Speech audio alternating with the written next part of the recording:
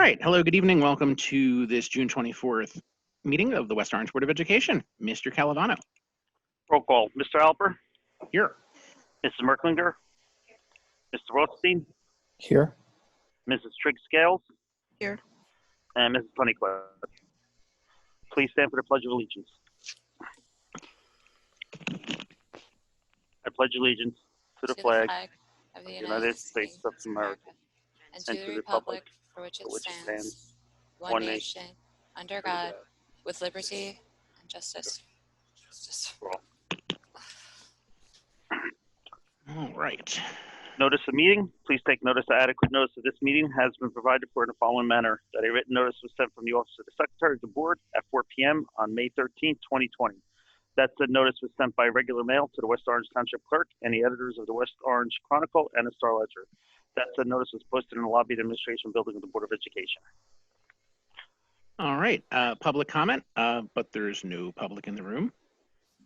Correct. There is still no public in the room. All right. I think we can give it a few seconds just in case somebody comes in just this minute. But, you know, if there were people, we'd wait and give them an extra second or two to raise their hands, but there's nobody. All right. I guess we can move on to policy. Where are we starting? And now I'm going to hit the speaker off so I don't hear anything in my ear. Well, you don't have to, but you'd probably hear us echoing. All right, I don't know why I'm having much of a hard time comprehending that, but just call it a long week. But you should unmute. I do need you to unmute your actual microphone for. You got your mic on, just not your Got it. ears. Yeah. So what we did here, folks, was so basically if you have your stack here and you see this, the folder, the file folder, and what I'm going to suggest for openers, because I think that the equity conversation and the corresponding policies is probably a more in-depth conversation. So what I might suggest is that we kind of put that aside for the moment and hit the other policies first and then circle back to equity. But just to give you an example, what I've done here is, you can see that, any of those policies that are bracketed on your cover sheet are policies that in some way relate to or are tangential to equity. In the folder, I've taken, there are about 4 different exemplar policies on equity, which are just there as, for reference, for comparison purposes, in terms of ways in which we may want to, revise our language or add to our language. So that's kind of, keep your cover page because you'll need that as a reference, but you might just kind of take the equity packet and put that to the side for a moment. So what we've done here is this the spreadsheet that you see here represents basically all the policies, other than outside of the ones that were approved on Monday night. I've made a notation under status, which means either that the policy is still currently being edited per the feedback that you provided on 5/27. In some cases, we might be looking for a legal consult, as for example with programs for pregnant students, or in some cases we're looking to have a circle back with Strauss-Esme for a consult, and that's noted. And in some cases, it's currently under some form of administrative review, whether it's by my office, special education, food services, or the business office. In some cases, we've made a status notation of that there does not exist a West Orange policy comparable. My recommendation is that for tonight, we don't necessarily dive into those, but rather focus on the ones that are highlighted. The ones that are highlighted are policies that were flagged more recently. That came up over the course, either in the May 27th meeting where there were some additional ones we made note of, and of course over the last week, Jen brought several to my attention, as did Terry and Cheryl, and all those were pulled and noted. So those are the ones that are highlighted in yellow. They are all present within this packet, and they contain both the West Orange and the Strauss-Esme policies for comparison. What I would ask is just that whomever pulled that policy or raised that policy as a in need of review, that when we get to that policy, you take the floor and explain what it was about the Strauss-Esme policy that you felt, or West Orange policy that you felt should be included in the Strauss-Esme, et cetera. So that's gives you the context, the process for tonight. And so we are there any questions regarding that? Yes. I'm sorry. Did we determine, John, if the thing on the website to make comments on policy worked and where it was going to? So, John, if I may just preempt you quickly.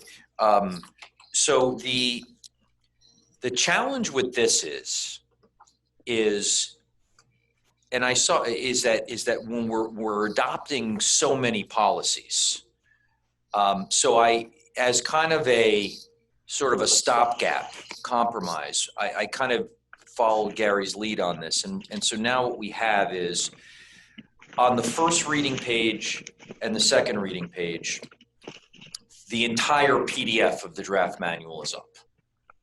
Now, that only works if the policies that we're adopting are exactly as they appear in the draft manual. And as far as the June 22nd meeting, that was okay. What we did was we put the contiguous PDF of the draft manual.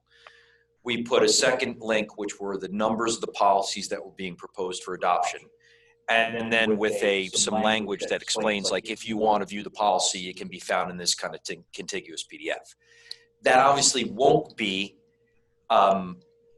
effective when we get into a second reading of these policies, because they will be changed from what is in that PDF. And so when we get to that, we will actually have to pull the PDFs out individually and or put them in their own contiguous PDF. And say these are on for second reading and adoption. Obviously, when we're doing one-offs or two-offs, it then becomes easier for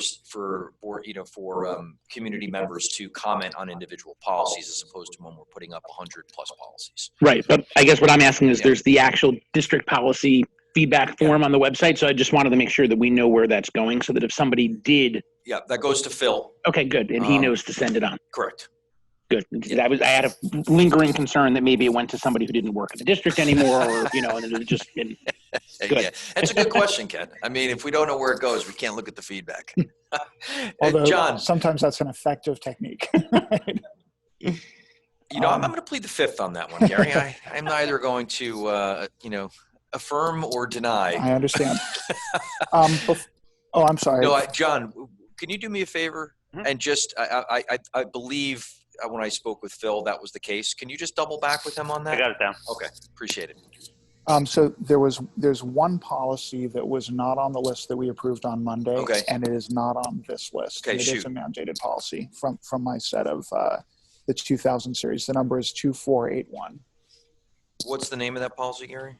I am not prepared to answer that question. Okay. 2481. I can find it for you in 1 second. That's not a problem. 2481. 2481 is home or out of school instruction for a general education student for reasons other than temporary or chronic health condition. Okay. And that was one where I had a question about the language on it. And I think that should be on here, and I think it should be on as either legal consult or Strauss-Esme consult. So I think it just missed the list.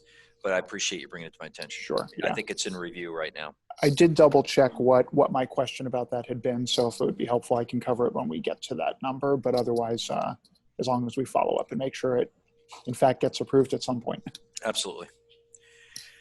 All right. So any other questions before we get started? All right. So that brings us to policy 2430, which is co-curricular activities. Sure. Cheryl, was that yours?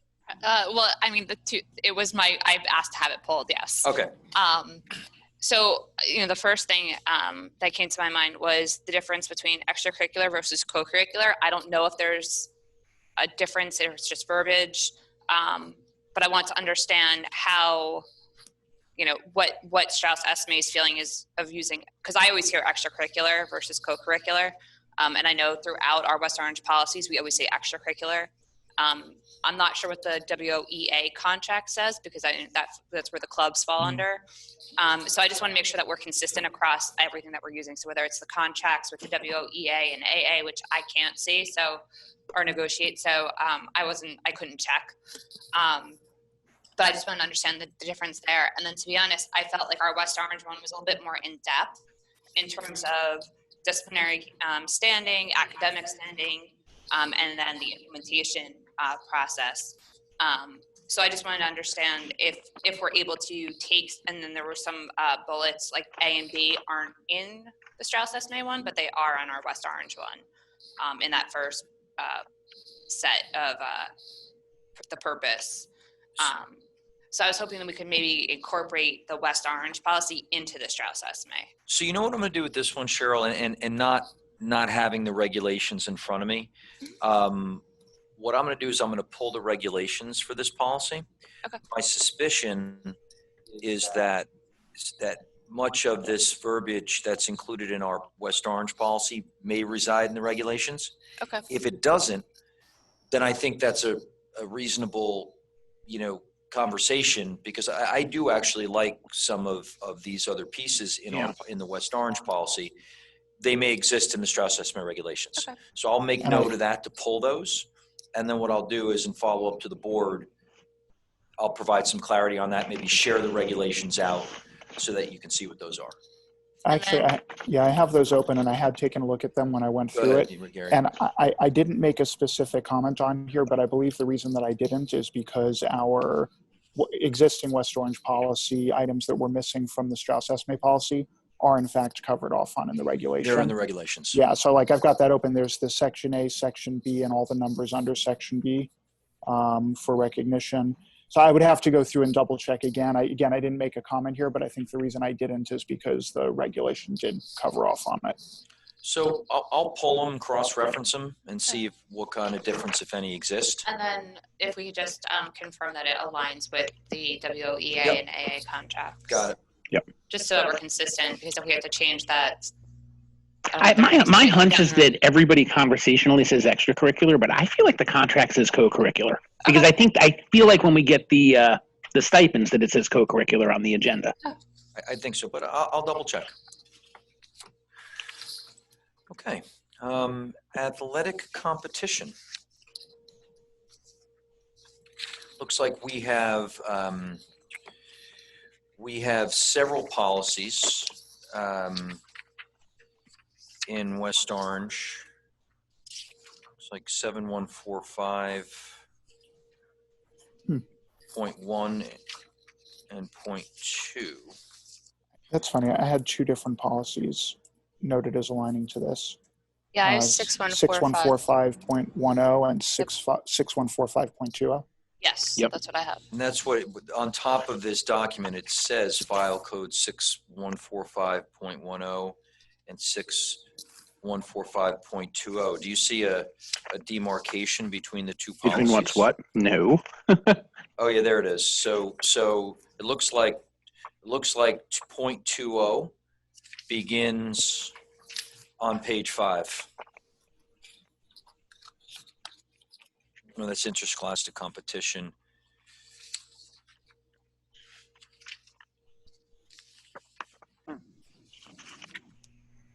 Does it just have two numbers? It looks like 5 is the start of a new policy.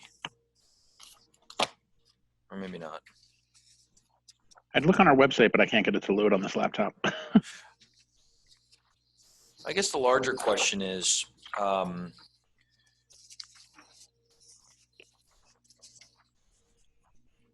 again, it looks like the policy for Strauss SMA is somewhat more general. This may be one where we may want to have athletics review. That would make sense. Have like an AD and maybe have the people who do the ASAP program review this policy and make sure that it's aligned. I'll also pull the regulations on this one, because I imagine, Gary, are you up in the regs? Oh yeah, I've got those open. What are they looking like? So this is 2431. Give me 1 second. And then I have sort of a general question about this. I'm going to pull the regs on this. I'm going to have this go through an admin review of AD, high school admin. Have them review it. see if anything pops up for them. I have a hunch this is one where the regulations probably contain an awful lot of this, and it would make sense, Right. the specific things you have to look for on the medical history questionnaire. There's not a regulation specifically for 2431. There's a regulation for 2431.1, and then for a few other subsets. But Oh, so you know what? It looks like then what Strauss Esme has done is probably broken. It's in 2.31.1. What is that? What's the title of that policy? that one is titled "Emergency Procedures for Athletic Practices and Competitions." Okay, so what they've done is it's 2.431.1, and is there another one corresponding? Yeah, there is 2431.2, which is medical examination prior to participation on a school-sponsored interscholastic or intramural team or squad. Okay. And there's a 2431.4, prevention and treatment of sports-related concussions and head injuries. 2431 point. I'm sorry. 0.4. 0.4. Which I think we approve that Monday night? As a policy, Because that's a mandated one, but the other one looks like it's wording that we can change. Most wording cannot change, must adopt as is, but it's the pink one that we can. So I think what we have here is we have a bundle of policies that are West Orange policies. We have a bundle of policies that are Strauss Esme. I think we need to pull the regulations for all the Strauss Esme policies and do a comprehensive comparison of all of them. This is unfortunately not a clean one where it's a one-to-one, which are a little bit easier. So let me pull that. Let me make sense of it. Pull the regs. Let me involve athletics and ASAP in that, maybe nursing as well.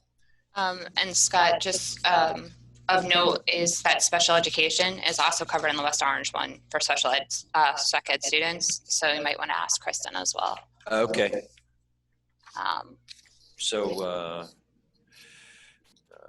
Really, I think that's why I was partially wanting to pull this one, is because I felt like our West Orange one was more in depth and specific. But again, some of it might be regulation. gotcha. that gets to like a question that I had. I made some assumptions without really knowing for sure. Yeah. In a number of cases, it seemed like Strauss Esme policies had less information than our West Orange previously approved ones did. But when I looked at the Strauss Esme regulations, everything was covered off on. What I'm not clear on is I'm assuming Strauss Esme knows what they're doing and they know what's required to be in a policy and what's okay to be in a regulation. But that was really the question I had. Can we assume that we're safe with the way that they've separated those out? Right. And am I muted? I don't know. No. Oh, and that's by design. That's exactly how they set it up. They keep the policy general, and then the regulation is more specific. So, and what I have noticed with West Orange is we took what would be regulations and put them inside Put it into a policy. So when we're looking, it's not a perfect match unless you have the regulation right next to it. Correct, yeah. And in the absence of a full comprehensive set of regulations, it was not necessarily the worst thing in the world to put the regulatory type language in the policy. But if you're moving forward with having a complete set of corresponding regulations, then it makes sense for them to reside there. And the reason is that it gives the administration a little bit of flexibility and latitude in how they handle a situation.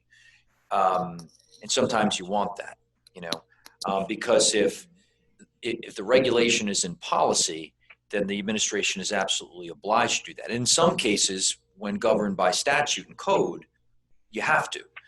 But when the procedure is at the discretion of the administration, it gives you that freedom to be nimble.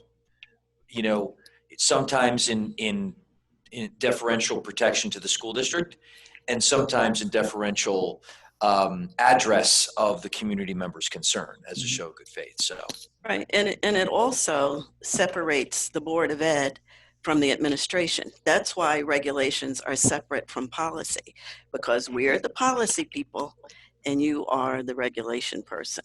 So when you mix it all up together, it gets very blurred. So Good point. Okay, employment of teaching staff members. I believe this was Jen, right? Was 3125, was that you, Jennifer? Yes. So the West Orange policy had, which was 4111, had a residency requirement and exemption section. Ms. Tunnicliffe, I'm sorry. I can't hear you. Ms. Tunnicliffe, I'm sorry. I can't hear you. Are you plugged in? Can you make sure it's plugged in? No, looks like you're on. Oh, no, I think I was muted. Okay. Sorry. Okay. Thank you. So just to reiterate, the West Orange Board of Ed policy is 4111, and my concern was that it had a residency requirement and some exemption sections. So I thought we should discuss that. Would that be maintained in here, or is that something also that would be moved to regulations? I thought it was statute. Me too. Is it? I mean, we know it is for superintendents, but I thought it was for everyone. Yeah, because that was Christie. okay. That was the New Jersey First. Remember, I think he called it New Jersey, right, John? Yep. New Jersey First Act or something like that, which required. Yeah, I think this is a regs check and a Strauss-Esme consult. I wonder if it's in another one of their. And I have to wonder because the West Orange one was just adopted in December of 2018. So it's Right. not. Okay. So let me do a regulations check on that, and if Okay. necessary, a Strauss-Esme consult relative to the residency. But I think you wanted to discuss some of the exemptions too, right? Yeah, just to take a look. Because they had we had listed quite a few of them. So I just wanted to make sure, and if those go in a regulation, that's great. Which is probably where they would be if it's, although some of these have an NJSA code, so. So it looks like. I'm looking on Montclair's website because they have the full Strauss-Esme set. Right. So you can, they have one 1631 that's entitled Residency Requirement for Person Holding School District Office, Employment, or Position. Okay. So it may be every person holding an employment or an office, employment, or position in the school district shall have his or her principal residence in New Jersey in accordance with NJSA 5214-7, and it goes on and on. So I think it may be that. What's that number? 1631. So it may just be that Strauss has moved that into a separate policy, and that's why it's not in this one. Gary, can you pull up 1631. Strauss-Esme policy 31. 1631? Yeah, that's in the pink section, not mandated. Mm. Oh, it's in a different section. Okay.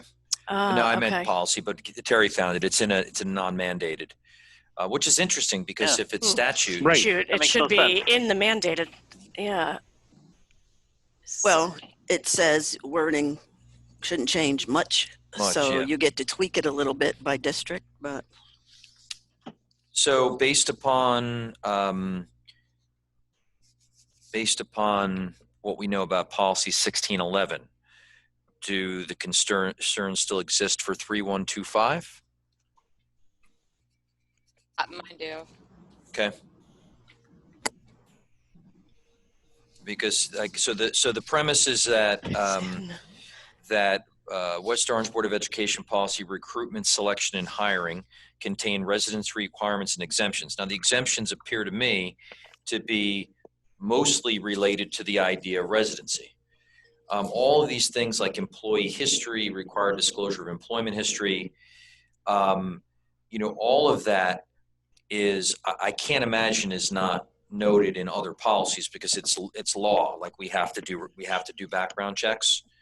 Just again, the question becomes where it resides in the Strauss-Esme policies. Right. Right. Ken, are you still on Montclair? Do you want me Do to- you see it anywhere else? The word residency only appears in that policy and in one on students. Can you do a search on criminal history or Sure. employment history?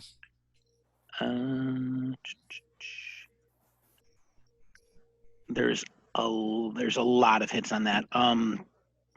There's policies, mandated policies 4125 and 3125, employment of support staff members, employment of teaching staff members, and they both have a line about criminal history records. So that's Let me look at 3125.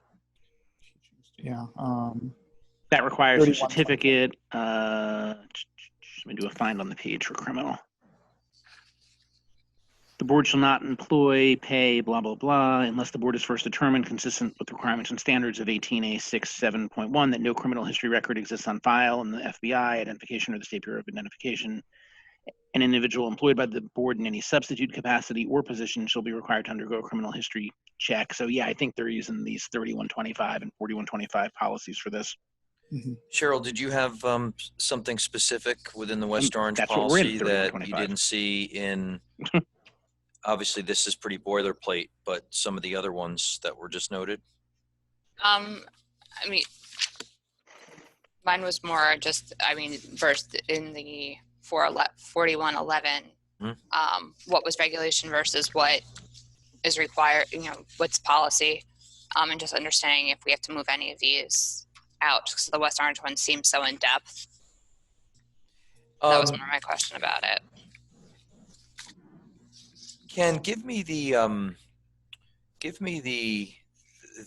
those corresponding Strauss-Esme policies that you had read. 1611. 1631 was the residency requirement. 1631. There were a few others as it related to background checks. Right. So 3125, which is what we're looking at. Also 4125. Also 3125.2, which is employment of substitutes. Okay. Some of these others are about, there's one on school volunteers, 9180, bus drivers, 8630. Okay. It's only the first of 6 pages of hits. So, Gary, you're seeing any regulations associated with 3125? I'm looking right now. No. Okay. Let me pull these other Strauss-Esme policies and cross-reference them with the West Orange policy, and I'll report back on that. Okay, physical examination. Jen, I think that was yours as well. Yep. Let me just.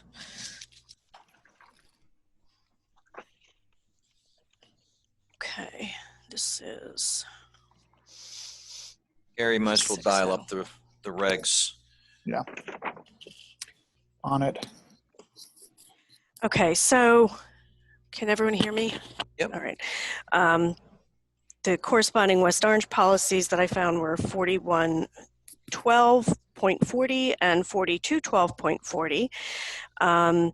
There includes a section on exposure control plan, and I wondered if this was listed somewhere else in another policy. It seems more applicable to the school nurses and perhaps the athletic staff. So, you doing a keyword search, Ken? I sure am. Exposure control plan.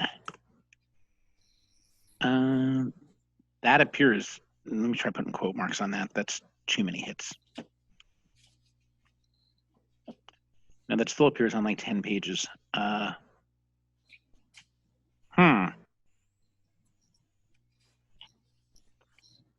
Exposure control plan appears in. Has a ton of hits. I know it doesn't make sense. It might be a bad search thing. Let's try another ECP. Strauss-Esme? Well, it's under Hygienic Management for Strauss-Esme, 7420. Oh, that's the first hit, so I should have just looked at that one. Yeah, 7420. Thank you.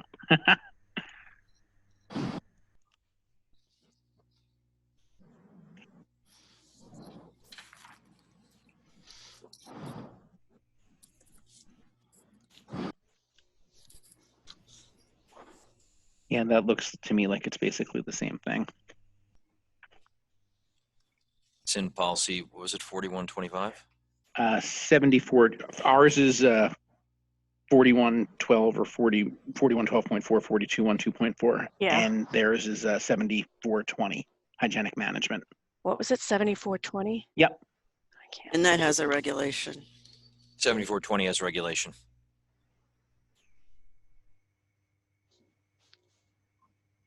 So the Strauss-Esme one does mirror what's in here. Yep. In our West Orange one. Mm-hmm. Yeah. So what I might suggest is you know, as we get to, and 7420 is in which column, Terry? That would be property. Mandated. It isn't mandated. Mm-hmm. Yeah, it's on this list. Hygienic management. Oh, okay, so it's one of the ones we pulled. Mhm. Okay, Yeah. all right, so why don't we? Interesting, it's under property where it says there's no know. West Orange. Yeah. We So- found it, it's nowhere near property. So I'm thinking that this is probably one of those ones where we said it's covered under several Strauss estimates and in one West Orange That makes sense. policy. Yeah. And how are we splitting those? Are we splitting them out similar to spec ed? Are we going to take the work that was done and split it out or keep it following? Right. Which I don't know if we ever decided how we were handling that. I don't think we have yet. It's a good question. You know, I have to think that I think it's a double-edged sword, because on one hand,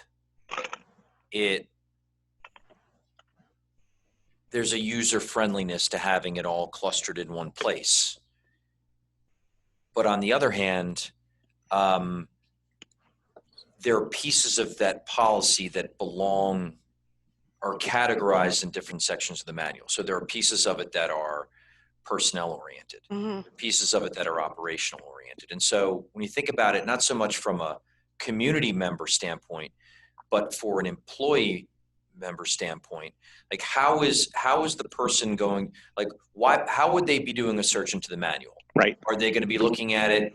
They're going to be looking at the matter like this is a personnel matter. Right. Yes, it involves a special education student, but at its heart, it's personnel, or at heart, it's finance, or at heart, it's operations, or at heart, it's community. So I think for staff members who are really the ones who are utilizing policy to guide their decision-making, it's more user-friendly on the staff side for the policy to reside within the domain where it belongs when they're looking that up, as opposed to having it, because it was like it may not be appearing to them as a special ed matter. It'll be appearing to them as a personnel matter, and that's where they're going to want to go to look for a policy that's related to that. So And I, with Strauss Esme, like we asked them to add into 3160 a reference to 7420, we could do that. because then you can still have it as separate, but if someone Right. were Yes. reading through it, they would know, okay, the rest of this is under hygienic management, which I wouldn't necessarily think is the first thing that comes to my mind if I'm looking at what I have to do for a physical exam. Right. I think that's a great idea. yeah. I think that's a great idea, and I don't see any reason why we couldn't add that. Additional information, C policy, policy number 7120, hygienic plan. And that's maybe a good way as we unpack some of these other policies that are bundled together. We can add that language to Yeah, it. I'm just thinking with the special education one, maybe that's something that we consider versus, because I know there's some concern from the community that we're going to split up this work that was done into this, the spec ed policy for West Orange is massive and it was a huge undertaking. So I think the concern is that if we split up into the pieces that Strauss Esme has, that some of the work might get lost in translation. But if we're able to do these footnotes that say, also please stay, whatever, Yeah. then Right. maybe that would help with Right. easing the community's acceptance of splitting up the policy. But this physical examination, this 3160 policy is pertinent to teaching staff. So, And 7120 is 7420? 7420? Yeah, 7420 is hygienic management, which is under property, which sounds more like building buildings and grounds. cleanliness and so. And that's why I had the question, because I wasn't sure if it would be Right. It's in there. If it's we're really- talking about exposure control. It's really and- weird, right? Because it starts off being like, oh, this is going to be pest management and making sure that the restrooms are sanitary. And oh, by the way, we need to make sure that if you have a bloodborne disease, you don't spread it to anyone else. It's like, why is that in here? Well, because I think it's a big bucket that falls under employee health. Mm. And so, that's a pretty broad term. And so, yes, so when you think about, an exposure plan, yes, I mean, that is related to employee health. This Strauss Esme policy is very targeted specifically at employees needing to get a physical examination. Right. Yeah. So, You know, what I might suggest is that when we get to review policy 7420, we actually maybe take another look at policy 4112.40 of West Orange. Right? Yeah. And you said that 7120 was on this list? No, it's not. It's on the 7-4. list, but it's not highlighted. So my bad. Oh, I see. Hygienic management. Yeah. Yep. Yeah. Okay. Is that policy in your? Where did I? Not in 7-4, our 2-0. packet. I just looked. Oh, you know what? That's right, because I said that there's no West Orange comparable policy, Right. and in Right. fact, There's it's sort not of true. So you know, when we get to that, let's highlight that. When we get to that, Yeah, I'm reading. what I would ask you to do is pull this policy aside, because we'll look at 7420 in the context of that one. So then we're good with 3160? One more question that's pertinent to what's going on currently with the pandemic. Has there been, I haven't heard of any, but has there been any other legislation that would affect health examinations for teachers and staff as we look to return possibly in hopefully September? That needs to be added to this. We've actually sought guidance on that from Strauss Esme, and the legislation hasn't caught up. Yeah. They're not there yet. I mean, they haven't even yet provided, non-statutory guidelines, let alone get the legislation through. Right. But I would imagine that there will be a whole wave of new policy, revisions to policy as it relates to pandemic management. You're going to see a whole wave of promulgation related to pandemics. Yeah. But it's not there yet. All right.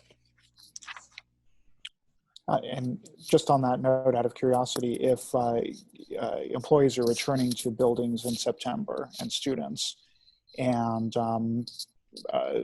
someone in a position of looking out for health of students and faculty felt it was a good idea to do temperature checks on the way into the building, but that's not a part of the policy. Is there latitude to make decisions like that? Yeah, I mean, I think, in the absence of policy, we can implement administrative procedure that's aligned with appropriate guidelines from the health authorities, the health and medical authorities. Okay.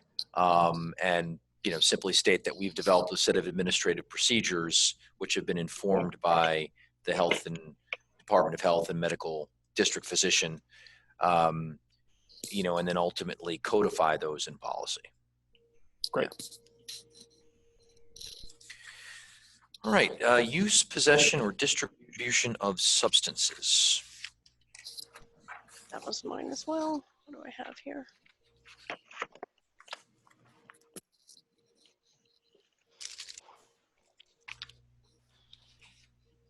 Oh, here we go.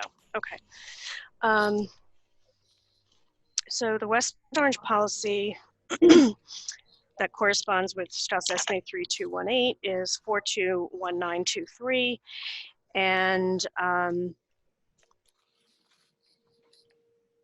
there was, in the West Orange policy, there said there's an establishment, I had two comments. One was about the establishment of a drug-free awareness program for employees, which doesn't seem to be in the Strauss Esme policy. And the second thing I was concerned about was that there's also a clause about work performance in connection with federal grant. And I was wondering if we get money from this grant and if it should be also included in Strauss Esme. Oh, and my apologies, I have three things on this one.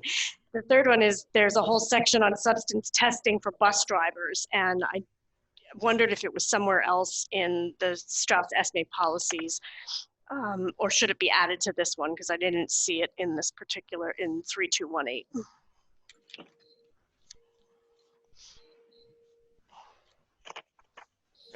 I'm about to. I'm thinking. What's that? I'm thinking. Okay. That's very interesting. That looks It's a very like lengthy regulation on this. Is that a Strauss Esme one? Yeah. Assessment regulation, yeah. So Strauss Esme has 4219, commercial driver controlled substances and alcohol use testing, That will be it. and that's listed as mandated. Well, it's got an M. It's got an 4219? M on it on the website at least. 4219, So that's under, support staff is where they put it. what's the heading for that one in the It Strauss is Esme, the commercial, 4000 commercial series? driver's license, controlled substance, and alcohol use testing. And that was a mandated one. Gary, do you see anything in the regulations pertaining to drug-free awareness program? I'm scanning as I read through it, but let me try doing a search. That might be faster. Huh. You know, Was it what's really hyphenated? interesting is this, the one I'm looking at, 4219, was it? Has an unusually specific for Strauss Esme table in it of the prohibited substances, the initial test level that makes you positive, the confirmation test level that makes you positive. Like, I wonder if maybe Montclair has customized this. It seems like my experience with Strauss so far has been that stuff like this tends to be in regulations and not in the policy itself. That specificity is in Montclair's policy? Yeah. In the Wow. Strauss Esme policy, like there's a table. I just realized that was a bad idea. Well, I would say that if the board were interested in having that level of specificity, I would think that would definitely be something we'd want to speak to Matt about. And it might be something you'd want to have an inclusive conversation with the association about, because that, Yep. I mean, that's a lot more toothy as it relates to the association. You know, it's certainly possible that at some point when Montclair switched to Strauss Esme from whatever they did, that they did a similar exercise to this and had to marry some policies together. Yeah, Montclair doesn't employ bus drivers.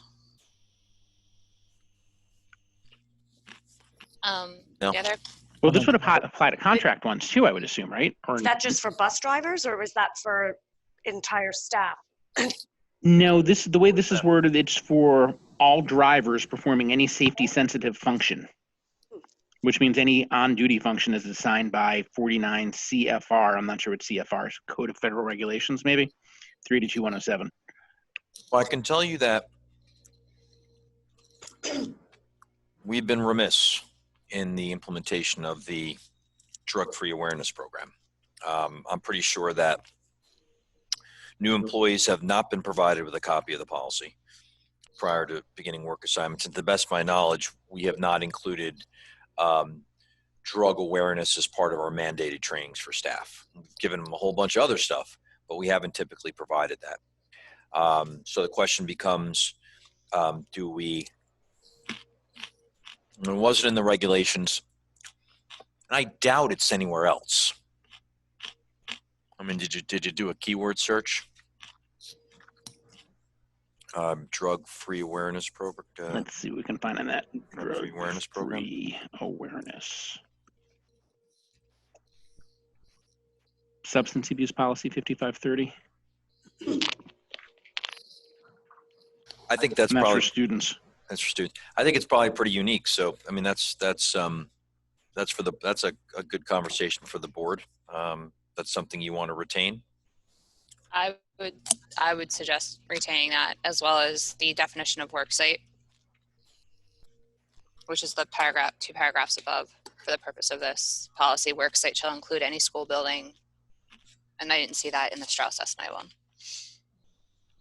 Gary's definition of worksite in the reg. No, there's 5 definitions, but not worksite. What paragraph's that in, Cheryl? 1, 2, the third one down of the West Orange policy. It says, for the purposes of this policy, worksite shall include any school building, any school premises, and any school-owned vehicles or other school-owned approved vehicle used to transport students to and from school or school activities. Worksite shall also include off-school property during any school-sponsored or school-approved event or activity function, such as field trip, athletic events, where students under the jurisdiction of the school district. We also probably have to, I mean, your work site now is at home for a lot of people. Yeah, that's true. That could be hard to enforce. That's cranberry juice I'm drinking. That's true. So do we add? I would like to suggest that we put both the Worksite and the drug-free awareness program into. Yeah, like your worksite defined wherever you are, doing your job for that day. Right. So, So it doesn't have to be a school building. It can be your home. It can be, if you're at a conference or at a. right. So it could Basically, be, anytime you're engaged with students. Right. or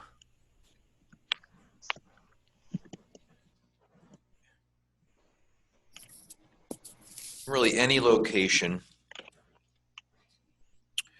during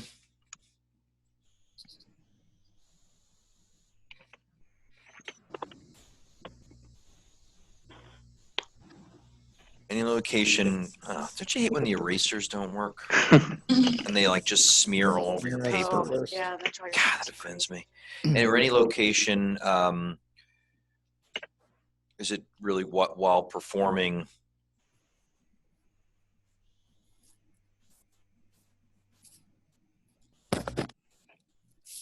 Or during regular Where the students are under the hours jurisdiction of the school district. And then even outside, as Jen said, if you're at a conference that the board has paid for you to go to, you can't go in there. Or any location while Soused. performing. Board of Ed approved activity, whatever. Yeah, Board of Ed approved activities. Board approved activities. Period. That covers everything. Yeah. Okay. Yeah, I like the worksite language, and I think the drug-free awareness program. I know that Dr. Vespignani is definitely planning on starting to put together an employee assistance program. This would fall under that. I don't know if there are policies about employee assistance programs, but this would certainly fall under it. So I think that's a good add. I think those are good adds to the stress estimate policy.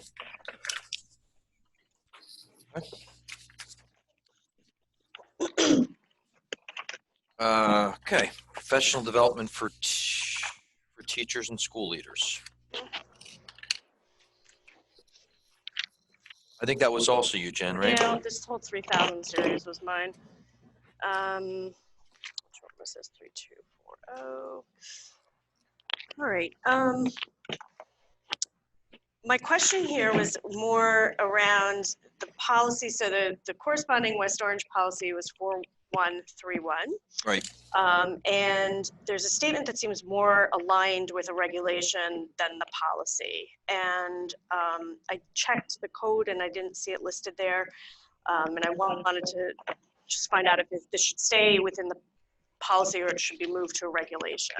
Because I don't think it's in the, so it said, the paragraph I'm referring to is, let me see. It's the board shall establish a professional development committee in order to assess in-service needs and professional development. Yeah, that's actually, That part of. that's, and it's not to say it's not a bad idea, but it's old. So when you go back, this goes back to 2004. Yeah. This goes back, I think you have to go back as far back as like 2010. The county and the state DOE had, you probably remember, do you remember, Terry, those like those cumbersome PD plans? Yeah. Remember those? Yeah. They were great plans, but there were a whole set of corresponding, kind of requirements that he had to do around PD. And I believe that I still think it's something that would be in a regulation, not in a policy. Yeah. But it's actually no longer, like, we don't even submit a professional development plan to the county anymore. Oh. Not to say we shouldn't have one.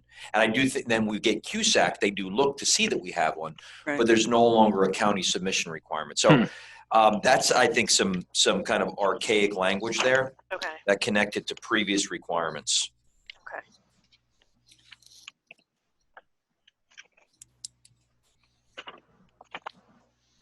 If that makes sense. It does, yeah. Okay. So this one's okay then, as I think that one's okay. 3283. you mind if I get a cookie real quick? Feel free. I think that's fine. I'm probably going to get up and get something shortly myself. This one, where's the next one? And I was totally impressed at you eating carrots over there. What's that? I was impressed with you eating carrots over there. The way I roll, I eat carrots so I can. There you go. The way I roll, I do both. The way I roll, the carrots take up space the cookies could be occupying. So just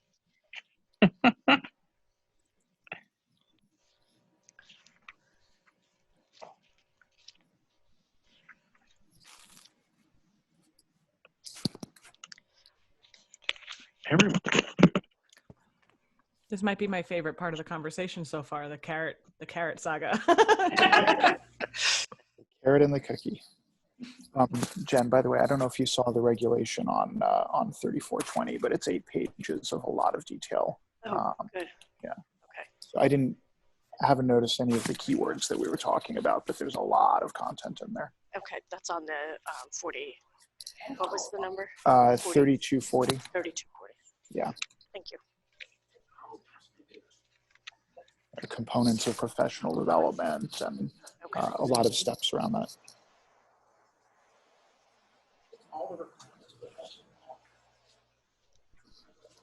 That's pretty strong criteria.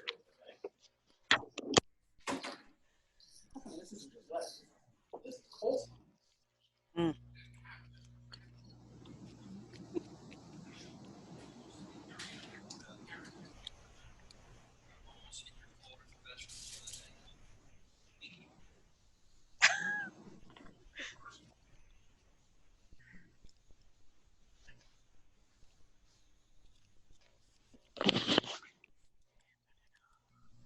Sorry, Jen. That's quite all right. So we have electronic communication between teaching staff members and students. Yes. So I think the one thing that caught my eye, given the current circumstances, is on page 3 of the West Orange policy about online education. And Oh yeah, look at that.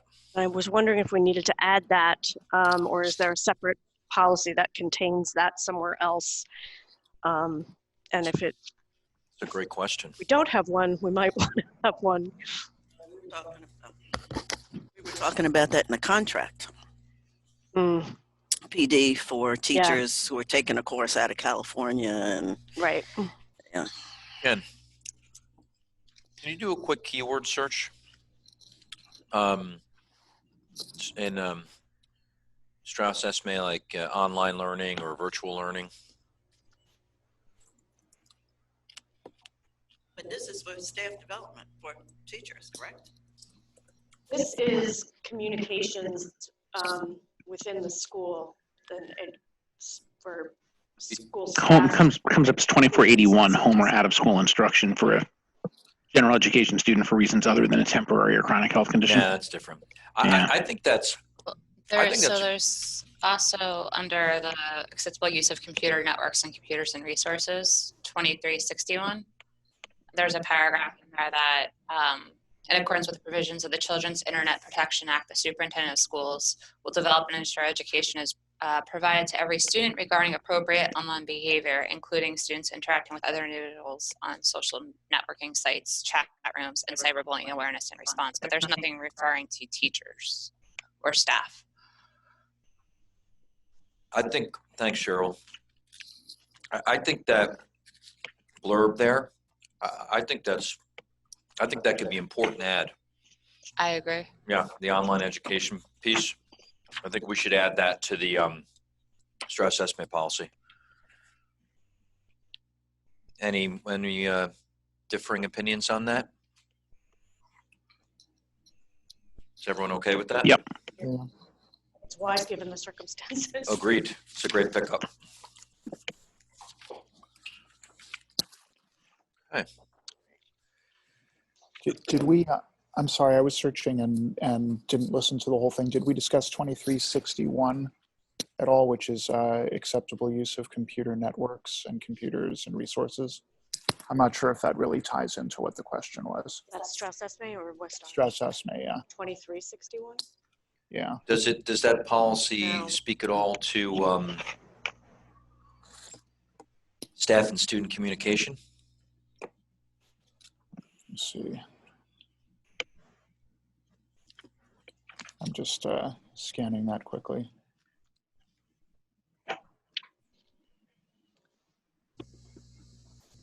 General guidelines for any individual using computer networks or computers. I think that's the one that Cheryl was reading a minute ago. There's nothing in there about interaction. I think couching the language within that policy about communication between teaching staff members and students, I think it's a good place to have it.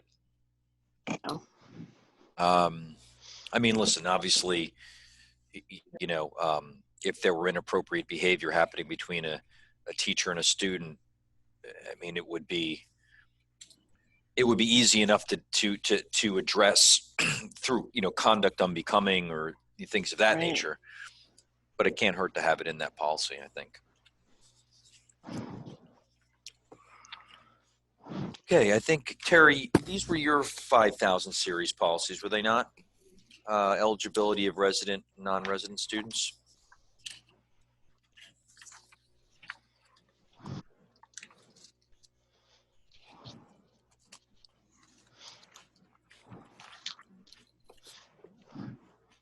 Oh, okay, so Strauss Esme.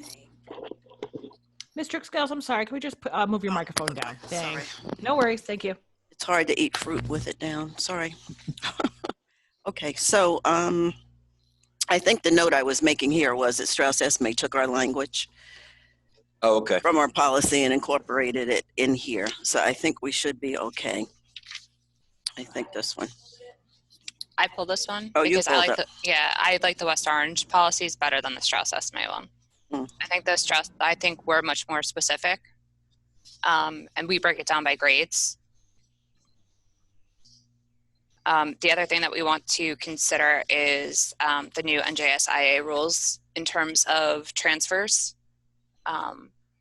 There's a new eligibility requirements if you transfer back into the public school from a private school. Well, I think there's a slight difference here, because I know that Strauss Esme also has an admission policy. Ken, can you search that as a keyword? And the reason I mention that is because as it relates to kindergarten and grade 1, the eligibility, this I believe is really more, this I think connects more to residency, whereas the West Orange policy has conflated residency with admission requirements. So in other words, even for a resident, there are certain policy guidelines for whether or not you can come to school. Let's look at kindergarten as an example. Eligibility is connected, right? So again, the West Orange policy is combined sort of two different premises. So they've got 5112 entrance age. That's right. And that covers preschool disabled, kindergarten. It's basically about the cutoff date, and first grade, again, about the cutoff date. There's nothing about anything beyond first grade. So you said 51112? Yes. We have a West Orange specific policy under so in our 4 buckets, eligibility of resident/non-resident students and entrance age. So 5111 and 5112, both are under the some content is West Orange. So they're both under that last bucket. Which one is that? 5111 and 5112 are both, they're actually checked off twice. So 5111 is under mandated and West Orange content. And then the entrance age 5112 is under blanks to be selected and West Orange content.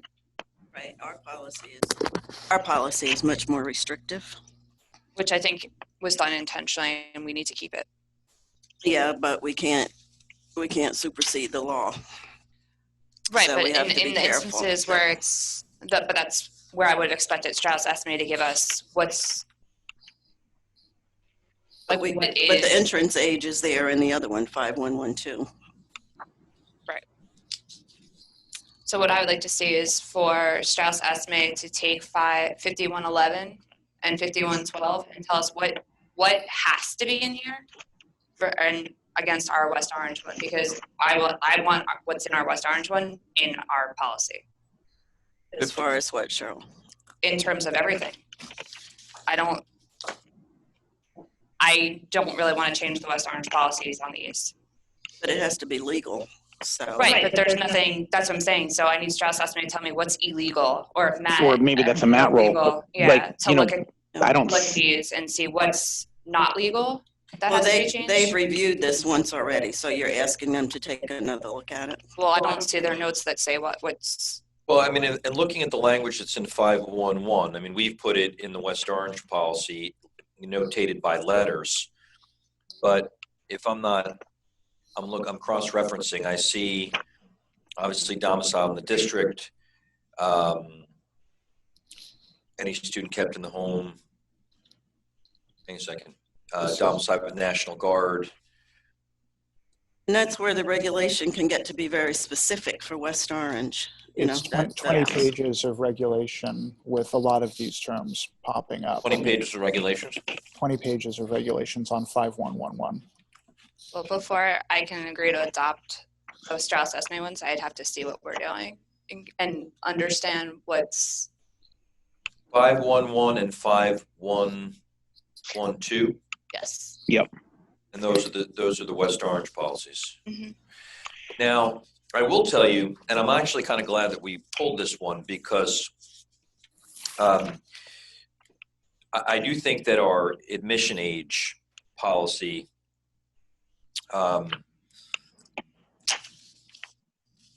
needs to be looked at. Yeah. And I'll tell you why. That was a questioning, yeah, sorry. So, for grade 1. So right now,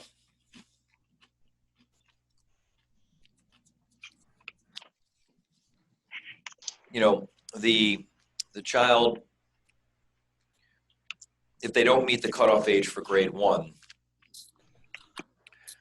if they've completed any kind of kindergarten program, public or private, they're automatically enrolled in grade 1. There's no additional gatekeeper to even requiring that there be some sort of a diagnostic testing. Now, I will tell you that that's exactly what the district's been doing outside the bounds. Not since I got here, but before I got here, that's what we were doing. We were testing kids, and even if they had completed kindergarten, if we didn't like the results of the test, we sent them back to kindergarten, even though it was against our policy. So our policy just simply says if they graduate from a kindergarten, it could be Jack in the Box kindergarten or, you know, PS 179 in Brooklyn.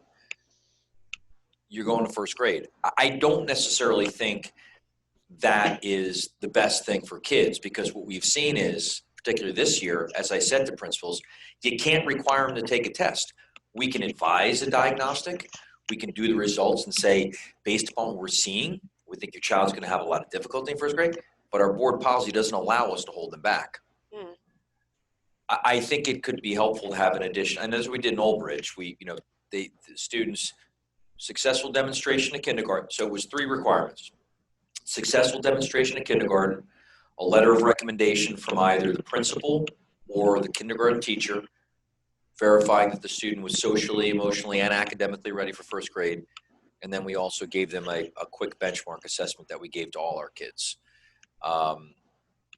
And in every case, I don't think we ever held a kid back. I mean, we never held any kids back from going to first. But in the event you have a kid who's not ready, we can't keep them back, according to our policy. Interesting. So it's just something to consider. Well, if the sending school says they're ready, and it's not up to us to decide they're not. That's true. That's true. If, actually it was the, let's see something, if it says it in here. Okay, it does say accredited. Okay, that's good. That's good. But as we know, you know, not all kindergartens are created equally. Right. You know, And not everybody can afford to have a high level kindergarten. that's true. And so, you know, and that's why I've always thought it, you know, and even when we did it in Old Bridge, even in cases where we thought the child was borderline, we would tell the parent, we'd say, look, we're going to move them on to first grade. But in doing that, there's some things you should know. And retention is an option. Parents never wanted that. But I think being transparent when they make that transition, that there are gaps, child's not on level, whatever the case may be, and obviously we're going to do everything we can to bridge that.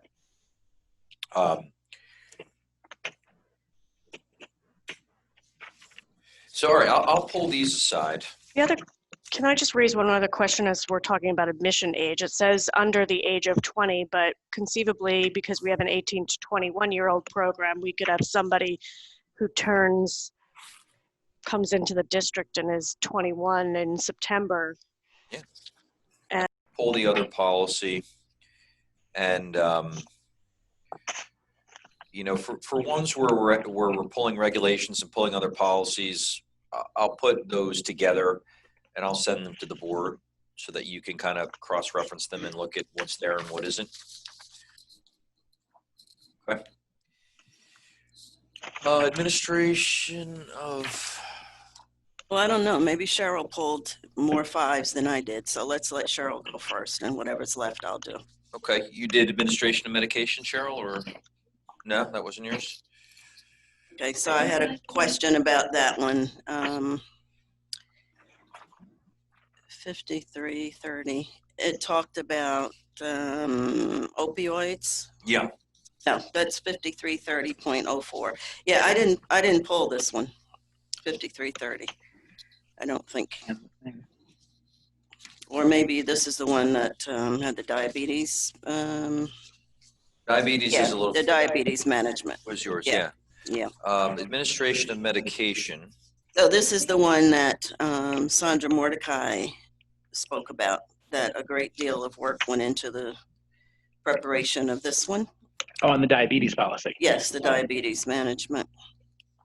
And so it has a lot more detail than the Strauss-Esme. So we're not doing 5330? Sorry, I just want to. 5330, did we say in the very first meeting to have the nurses to look at? I don't. Oh, that may have been That it. might have been it. I'm thinking that we said, let's make sure this aligns with what the nurses And is have. that's not noted on here? It just says. Yeah, I'm gonna have. Yeah, no, you're right. I would say in my notes from the first meeting, it was that we were going to have the nurses take a Okay. look. Nurse review for that one. Yeah. Got it. Okay. And then also that one connected with that. Hours under illness, control of contagious diseases or conditions. You see that one? Yeah.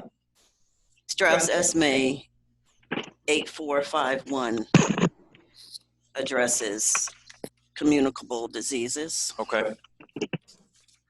So it might be something where we annotate it to say, please reference 8451 like some of the other ones. But now with COVID, we probably are going to be getting something recent that needs to go in there. So. See, but I think. Go ahead. Oh, so in a case like with 5330, if you're asking the nurses to take a look at it, will you also have them review the regulations? There's a great deal of detail in there. Yep, good call, Gary. Okay, so the 5338, that was the diabetes. Okay. And a lot of that is in regulation, in the regulation. So we have a lot more language in ours, but the balance with Strauss-Esme is in the regs. And I had a question about bus drivers being notified about children's individual health plans. Do we do that?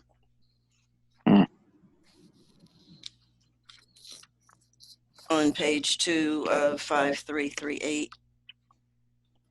for each student with diabetes whom a school bus driver transports. Which paragraph is that? It's the second one on the second page of 5338, page 2 of 2. It's a heck of The a good first, question. the first sentence, yeah. Yeah, I see it. I will check. You know, this is one where, are there any other policies? This health policy goes well beyond diabetes. Right. Mm-hmm. You know what I mean? Like this, it looks to me like, so students with diabetes starts on page 2 Mm-hmm. of the policy. And then it ends on page 4, in which it gets into non-public school pupils. So really, annual nursing plan, I'm sure that that's probably present in another policy in Strauss Esme. You know, this corresponds, 5141 West Orange corresponds with 5338 because in this overall policy on health, it speaks to diabetes. But I think this is a case where conflating all of these topics is not a good thing when it comes to health. Because if you want somebody to be able to look at the diabetes policy, you want them to be able to go right to it, Mm-hmm. the regs, and not be, you know, sifting through nursing plans and all sorts of other things. So I guess my question would be, is there, if we were to break it out, or break out this health, the 5141 into separate policies in Strauss Esme, do we know that is there an annual nursing plan one? Is there a health one? Is there a non-public school pupils one? Is there a New Jersey family care one? Is there an AED one? Right. I would want to ensure that we have Strauss Esme policies that cover all of these before putting the West Orange one to the wayside. They're all there, or they're in regulation. Right, but I want to make sure we have policies for these, not just regulations. Well, if you look down, there's a lot of cross-referencing there. Ken, Yes, sir. want to hit us with a keyword search? Well, I know we've got AEDs. That's in 5300. Okay. Health services. We go back to annual nursing plan. Yep, 5300 is AED. Nursing services plan is 5307.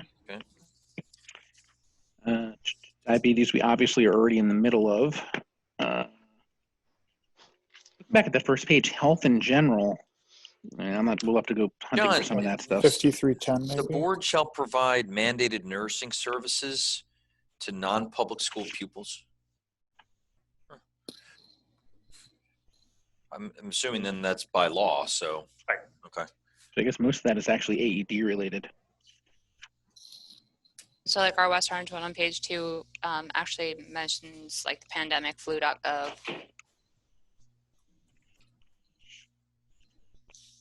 So we just want to make sure that we cover all those. All right, so Search for pandemic and see if there's anything for that real fast. Pandemic does not appear. Let me just try flu. And the word flu doesn't appear. influenza. Maybe. In theory, flu should have picked it up. Nope. So I mean, I think I would agree. It just would suggest that, you know, that pandemic information wouldn't appear in a diabetes policy. Right. Right. Right. So, you know, can we safely say that we can move forward with the diabetes policy, but kind of put a pin in the health policy, and as we move forward in our review, Going forward, meaning reviewing it and taking the language from the West Orange policy and moving it into the Strauss policy. Well, I guess what I'm saying, well, we've concluded that there's an annual nursing plan policy. Right. We concluded that there was a AED policy. So what I would like to ask is if we could have the nurses also look at the diabetes, like look at the Strauss Esme one and the regulations, just to ensure that it covers Well, I mean, we can, what we're approving in the diabetes policy, and I'm just cross-referencing those two things. And it looks like the language is verbatim. Okay. But the regs, yeah, I mean, I think we can have the nurses review the regs for diabetes. So just to help me understand this, on page 3 of our West Orange one, it goes into, it has A through J. Right. I do not see those in the Strauss estimate.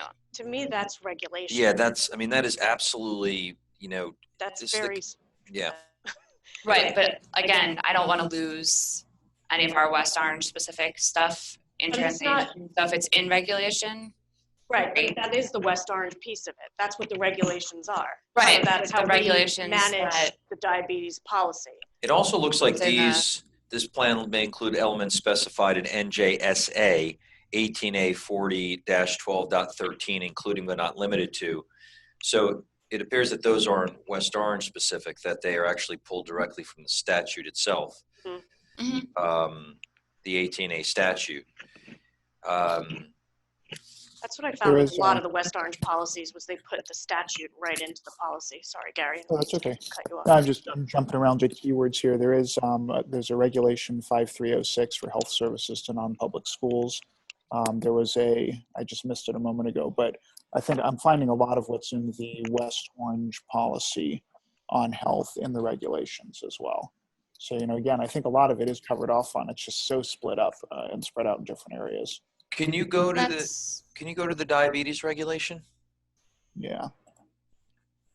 Well, I mean, I think it's split up because it doesn't make sense to have Of an course, yeah. AED policy in the same place as a diabetes policy. Right.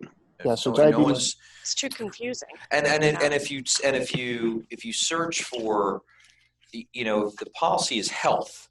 So if someone was saying, okay, I want to see what the district's policy is on AED, would they look under health? I mean, So it doesn't make any sense to have the AED. I mean, it does. I mean, it's not like it's Yeah. not related to health, but in terms of understanding and searching, you have really 5 different policies included in one policy called health, which is not So- great. to go back to like the regulations, how do we ensure that we get the regulations? What I would hate to see is we adopt the policy and we don't have the other pieces to it, right? So a parent is looking to find out what we cover in, multiple pages, but students with diabetes, so it's pages 2 through 4. If I were a parent and we've only adopted the Strauss estimate, which is 1 and not even half of a page, how do I know what the next steps Yeah, are? so when they get regulations? loaded on the web, so what we'll do, I mean, my recommendation is that, that we, and again, the board doesn't adopt the regulations, but the regulations end up getting populated on the website with the policy. I'm on Claire's. I clicked there. There's a to regulations link from the policy, and it goes to some regulations that do include some of the lettered items. Like they go through Oh, I see I. all of them. Oh, you're right. Yeah, they're missing one. Their letters are through I, and their I matches are J. So I'm not sure. Which one is missing? They left out hyperglycemia. They left out B. That appears to be the difference. But there may be other differences. So it does look like the Strauss SMA regulations here are pretty detailed. We'd have to do a pretty close look to see, what they have what's the same and what's the difference so that we don't miss anything. I'm not disagreeing with taking the policy as is or the regulations. I just want to ensure that we're not missing anything. Right, because that we we know we've been told should that this is one that they did a Right. lot of handwork on Right. back in the day, and we want to make sure that they didn't invent something of their own that didn't come from the Right. statute. Because it looks like, this does say it's from the statute, and Strauss SMA has a lot from the statute. But if we also invented one of our own, like, for instance, hyperglycemia listed here, I know that's definitely a thing. right, It's if a there's no very reason not to serious include that. omission. Yeah, that's a strange omission. I would think it's, also Yeah. for children. It's Right, so it may be that back in 2014, somebody here said, oh, we should also include hyperglycemia, and they typed it in, and so that's the kind of thing that we're looking for. So I'll have the nurses review the regs. Mhm. for diabetes in advance of the of this policy moving forward for adoption? And Doc, the regulations belong to you. Right. I'll say that again. Yeah. And so that's how you're doing all your work. So you've got to review all of those, Absolutely. you know? Absolutely. Okey-doke. We could just put it into the policy then.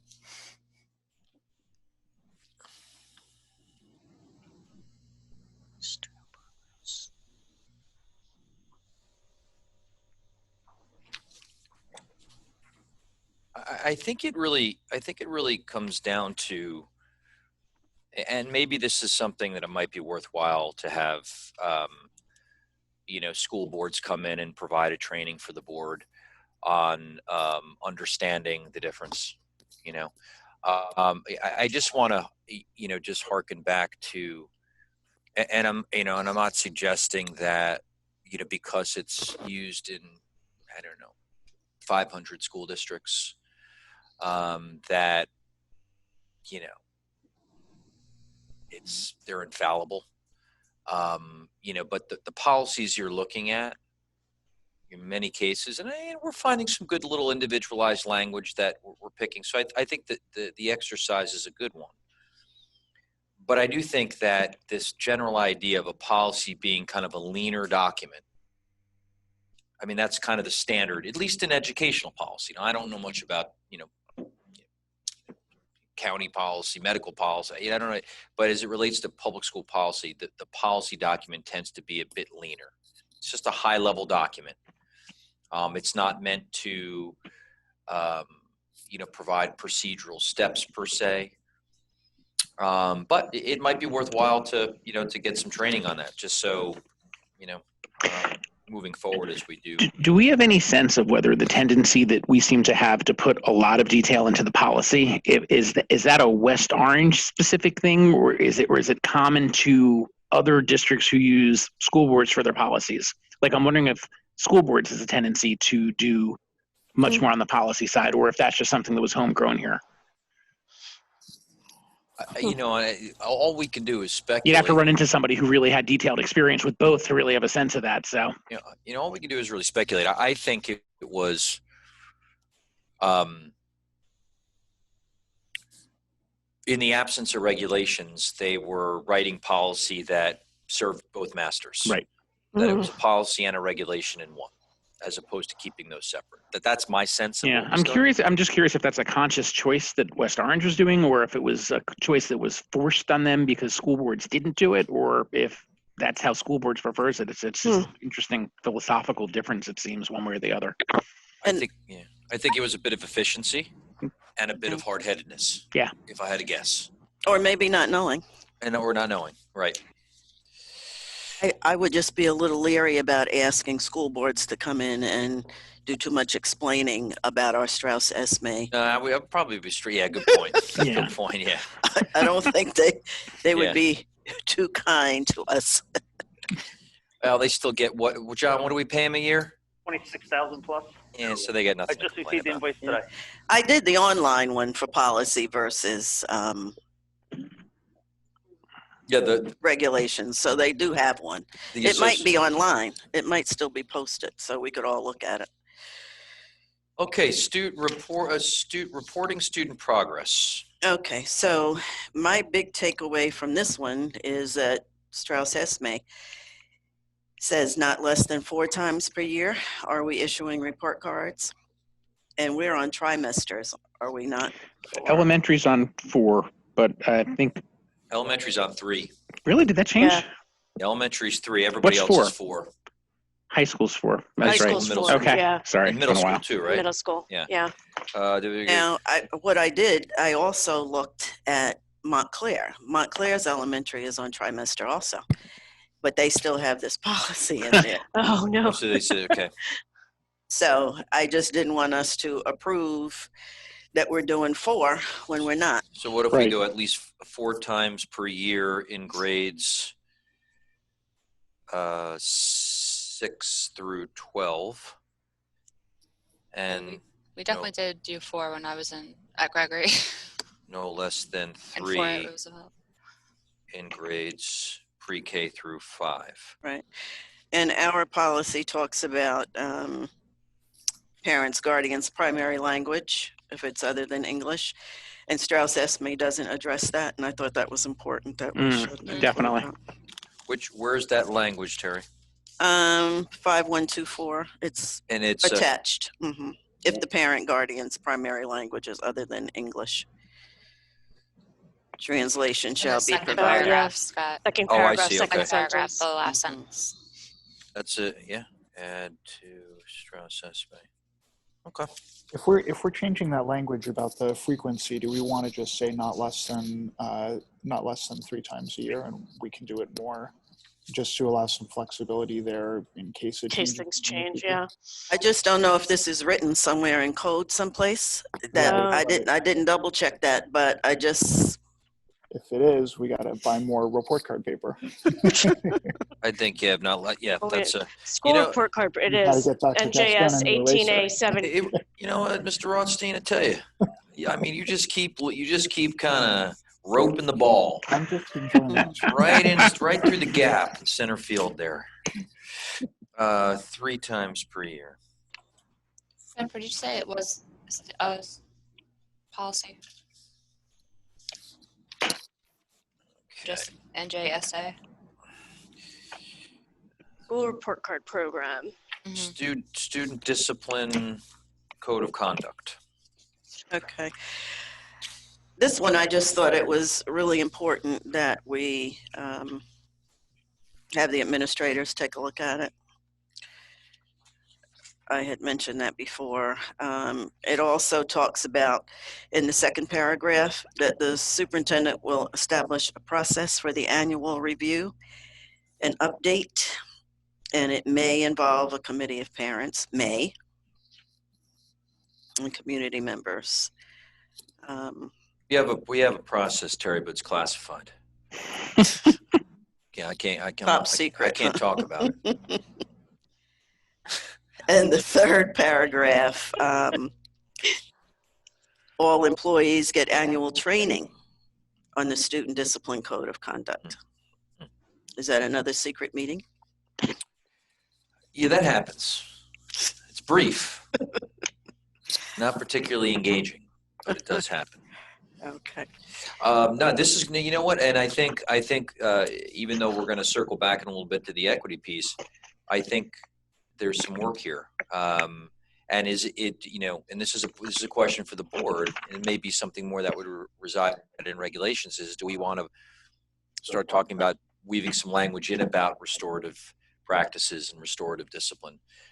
It might be more appropriate in regulations, but I think that it definitely is worthwhile to have that reviewed by the principals and assistant principals, for sure. And especially the regulations, because on page 2, third paragraph down, it references the regulation, and it includes a description of school responses to violations. So, and we went through a big thing with the dress code last year, and so this is a biggie. I think we are all in agreement. Okay. All right, smoking in school buildings and on school grounds. Was this you, Cheryl? Yeah, and the reason why I pulled it is because we just did this one in West Orange in July of 2019. Oh yeah, that's recent. Yeah, it's nice and shiny. So I wasn't sure if, I know Strauss Esme supposedly went through all of ours, but I just wanted to understand what. Yeah, this looks, the West Orange policy, now this looks like a pretty tight policy. I don't really care for the beginning of theirs. Yeah, well, I guess It's a weird. I think I kind of like our West Orange one. Yeah. Rights of person to smoke, really? Must be balanced against the right of non-smokers to breathe air untainted by tobacco smoke. Yeah, I hate that, actually. I wonder if that came from another state originally. Sounds like what you think a policy would start like in Virginia about smoking. You know what I'm gonna do with this one? I tell you, Because that's where Philip Morris is based. now we have a couple other, we have this drugs, alcohol, steroids, and tobacco. Now, what's the, this seems like it's a much more comprehensive. Yeah, so my question, and why I was tying this one in 5131.60 was because I didn't know if this fell under regulation or, again, if it was being split out and maybe we just reference it, you know, when we adopt 5533 with a few changes to it, add a footnote to reference 51 or whatever the corresponding one would be for the obviously the regulation. But this seemed very in depth in terms of how we handle signage, use of possession. So it might not be the same exact thing as the, or I'm sorry, 7434 is the Strauss Esme one. What is that called? So our West Orange one is drugs, alcohol, steroids, and tobacco, but it goes into several, like law enforcement for drugs and alcohol. It goes into signage. That Strauss Esme 7000 Strauss Esme policy you mentioned. What's that titled?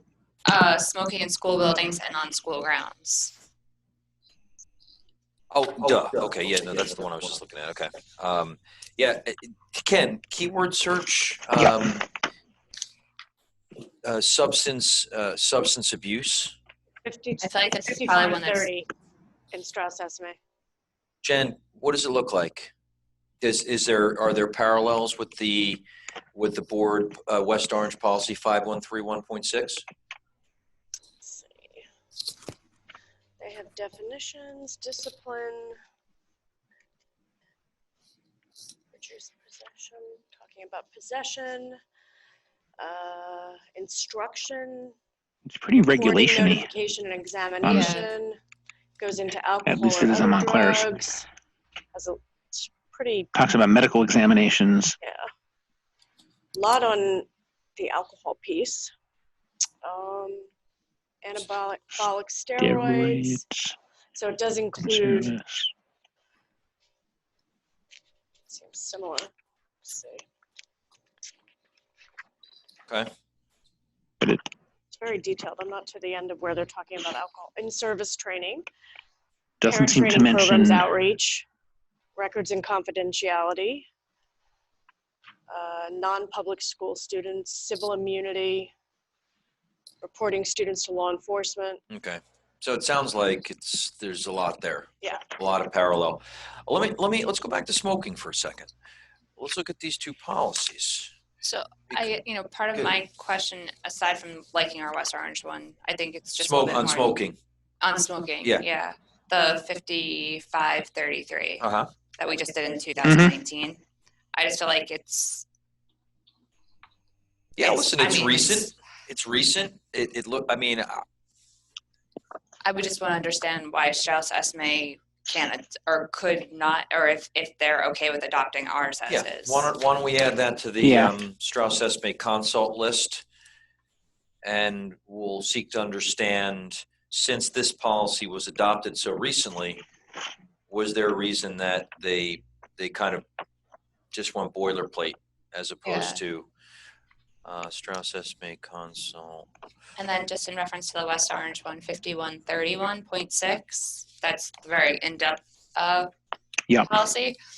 I'm sure a lot of this is probably regulation, but I would just want to understand because it's checked off as being mandated, monitored. So Well, I think Jen was just reviewing the corresponding 5530. Strauss. Oh, I'm sorry. No, that's okay. Jen was reviewing the corresponding Strauss Esme policy, which was what number, Jen, again? It's, 5530. yes, thank you, The 5530. mandated policy. Substance abuse mandated, yep. And that covered drugs, alcohol, steroids, and tobacco? Yeah. No, not firearms, though. No, not firearms. I know firearms had its own That wasn't separate a one. drug, Oh, but I'm sorry, I was making a joke on our federal agency. I'll add that Strauss Esme I consult. think there's some stuff in ours about police that doesn't appear in the regulation or the policy for Strauss. So I want to take a look at that So- stuff. just kind of going over our stack here, I just want to review our notation. So, co-curricular activities. Just going to,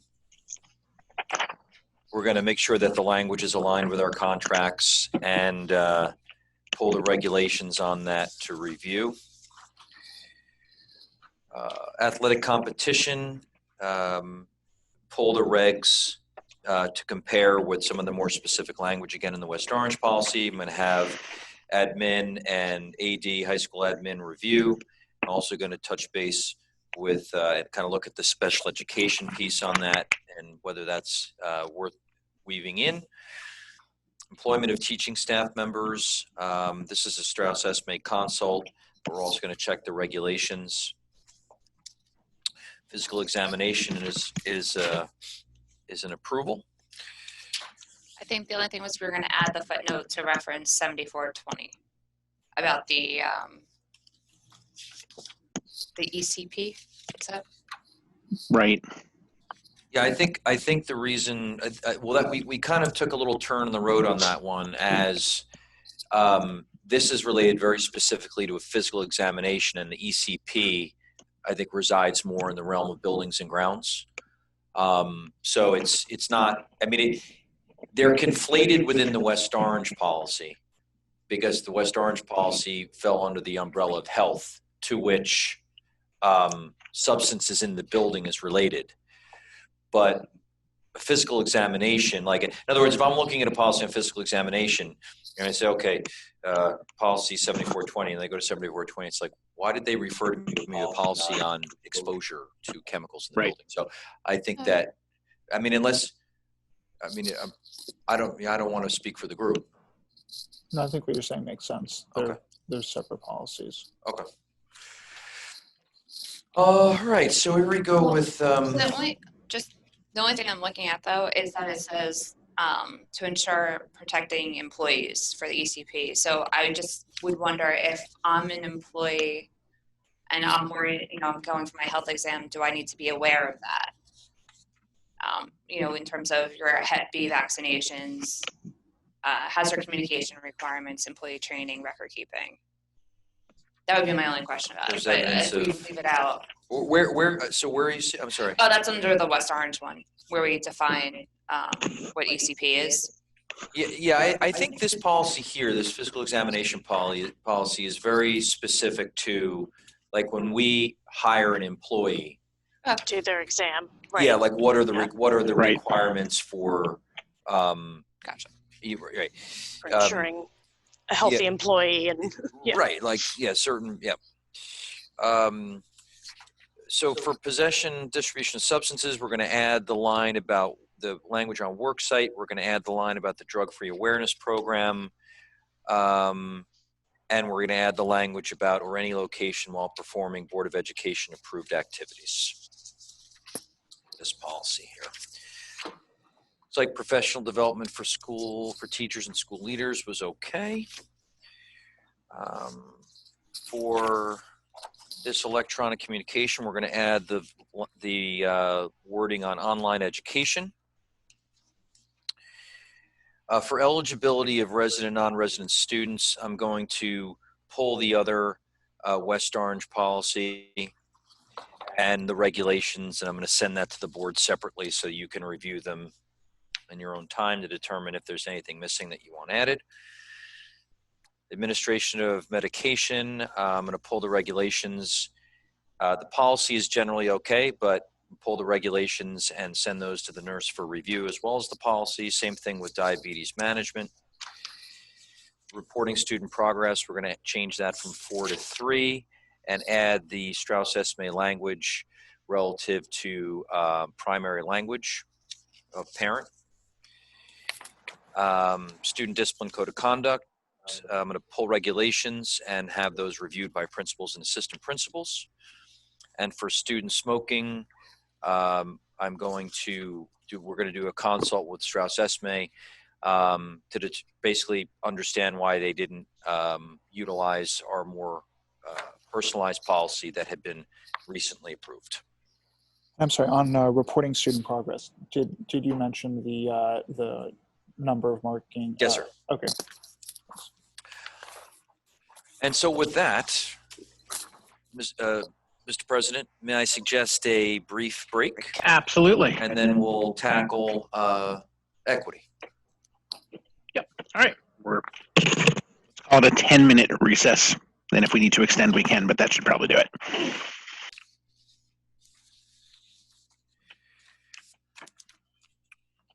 Ken, can you do a keywords? Are we back on, or? Yeah, looks like we're all, yep. Ken, can you do a keyword search for, equal educational opportunity, or equity in educational programs and services? Let's see, equal educational opportunity, waiting. Many hits. Starting with sexual harassment. There we go. Equal educational opportunity is a policy number 5750, mandated. That's from Montclair? Mm-hmm. Interesting. Because the policy that Terry forwarded today is 0263.1. Do another search for that number. 0263.1. That is educational equity and anti-racism. Okay.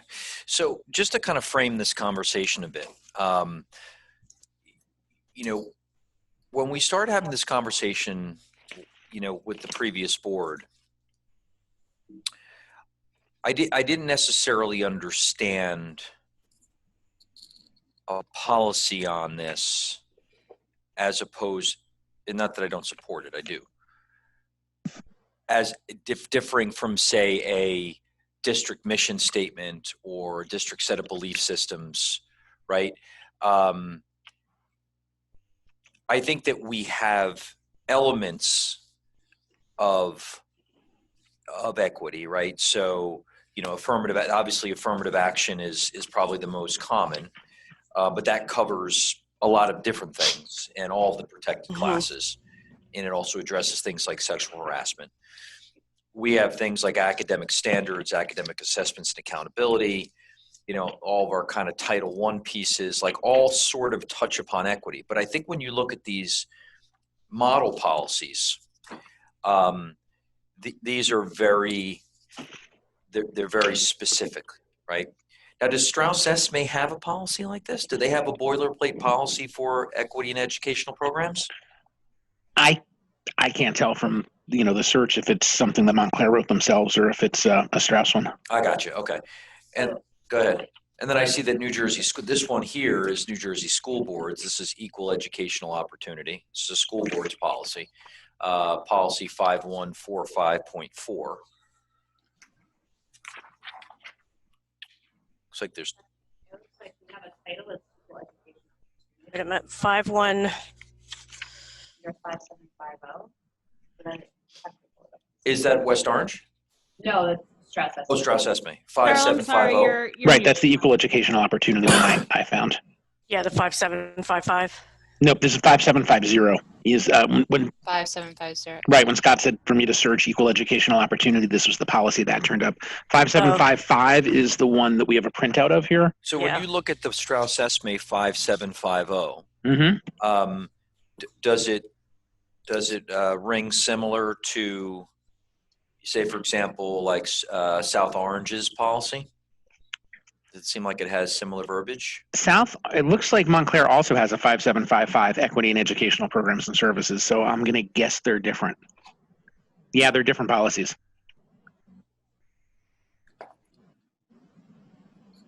Five 5755 and Strauss-Esme's 5750.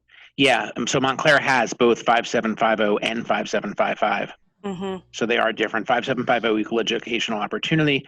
The board directs that all students enrolled to the schools. I'm going to skip a lot of words. The board directs that all students enrolled shall be afforded equal educational opportunities in strict accordance with law. No student shall be denied access to or benefit from any educational program or activity or from a co-curricular or athletic on the basis of race, color, creed, religion, national origin, ancestry, age, marital status, affectational or sexual orientation, gender identity or expression, socioeconomic status, or disability. Board shall assure that all students are free from harassment, sexual or otherwise.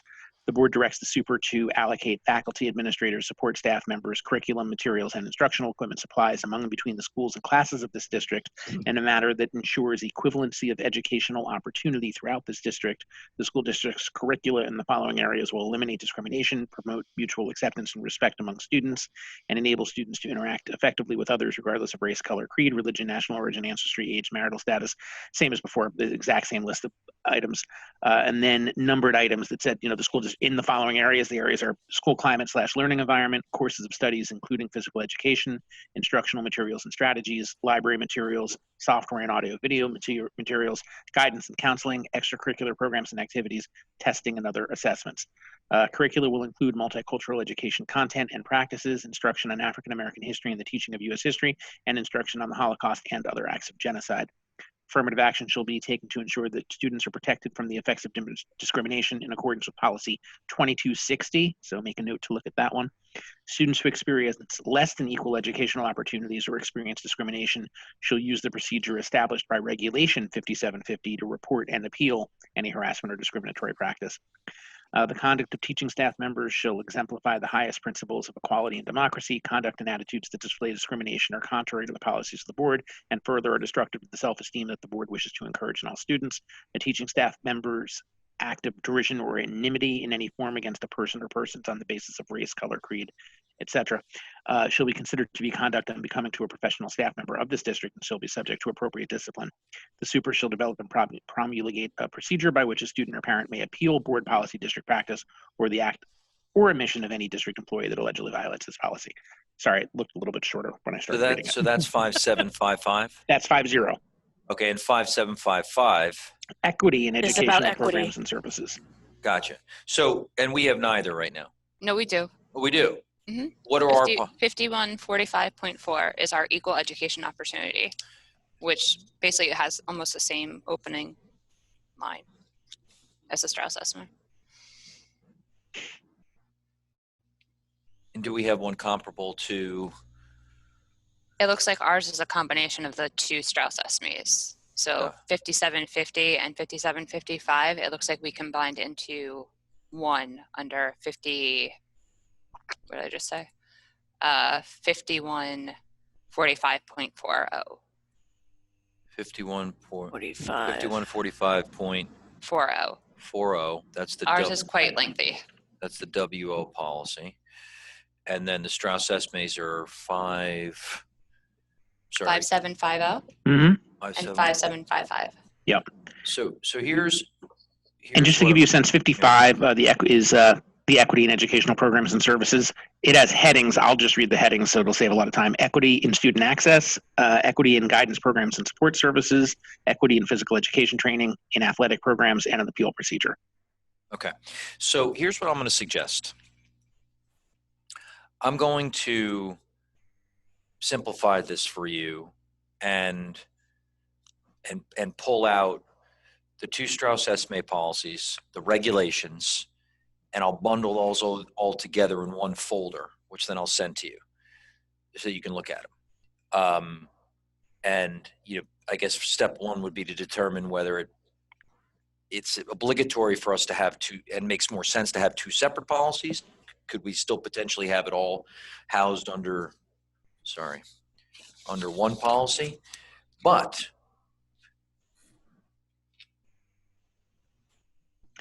there is another piece here, which is that when you look at Montclair's policy. Dr. Cascone, I'm sorry. Somehow you muted yourself. yeah, I actually pressed the mute button. Oh. You were trying to mute me and you accidentally muted yourself. And this way you can compare the Strauss-Esme policies with ours. But it seems to me and I would just present to the board for discussion that Montclair, which I included, which Terry forwarded today, which is this district policy 0263.1, which is under bylaws, is kind of its own entity. And in many ways, it is exactly that. It's kind of a vision statement. And so I guess the question for the board is, do you, from a policy standpoint, want to go beyond 5750, 5755 and build something into bylaw? So I present that question for discussion for the board. So what would be the difference between where it's housed, whether it's under bylaws versus under us policy? So I think the policies 5750 and 5755 are very much focused kind of more concretely on sort of, for lack of a better word, operations. They connect to materials, they connect to programs. Whereas, and this is just my read on this, is that, Montclair has clearly is sort of validating the importance of these premises, of these concepts, of these values by building them into bylaws. In some ways, it's as symbolic as it is anything else. It's like putting it in your foundation or like in your organization's constitution. Correct. Well, yeah, it's how you govern, because that's really, your guide for governance. Yeah. This is what they believe. Yeah. Right. So that's really what, and so, I mean, obviously, certainly to say, hey, look, we reviewed policies 5750, 5755. We've updated them. We have the regulations. We're going to train administration on. We're going to train staff on it. I mean, certainly nobody could shake a stick at that. It would definitely demonstrate proactivity on the part of the board. If you want to go for the souped up model, then and based upon and again, I'm just a visitor, but what I've heard from the community is I think that, that this would, for the board, because again, I mean, you're promulgating the policy. This is, it would be, I think for the board, this would be something to consider. It doesn't have to read exactly like it does here in Montclair's. It could, Yeah, and that would be my only thing is that we're not Montclair. So Right. I would want to adopt it or review it with respect to West Orange. This is done with community input. Right. Because Right. they value what's Understood. sincere. Sorry, I'm sorry. We have Were you there when they put this in? Do you know? I'm just curious if you know if it came out of like an existing thing, like a 5-year strategic plan, or if they did special meetings, or if they had a committee that already is like a diversity committee that produced it. I'm curious where it's obviously homegrown. It's clearly not Strauss Esme writing. You can tell the voice is very different. No, And it would this make is sense not that this would Strauss come from a committee. Esme. This is West Orange had a number of incidents. The menorah was smashed there on Church Street. They found swastikas in the buildings. Right. There have been a lot of acts of racism, and the board said, we stand on this. We're not going to tolerate it. This is what we believe in, and we're going to put it in writing, and we're going to hold everybody accountable. So this has been as a result of things that were going on. Let me ask you a question. Maybe this could be a great opportunity for the board to, and I don't know exactly what the forum or the structure would look like, but where you assembled a diverse group from within the community.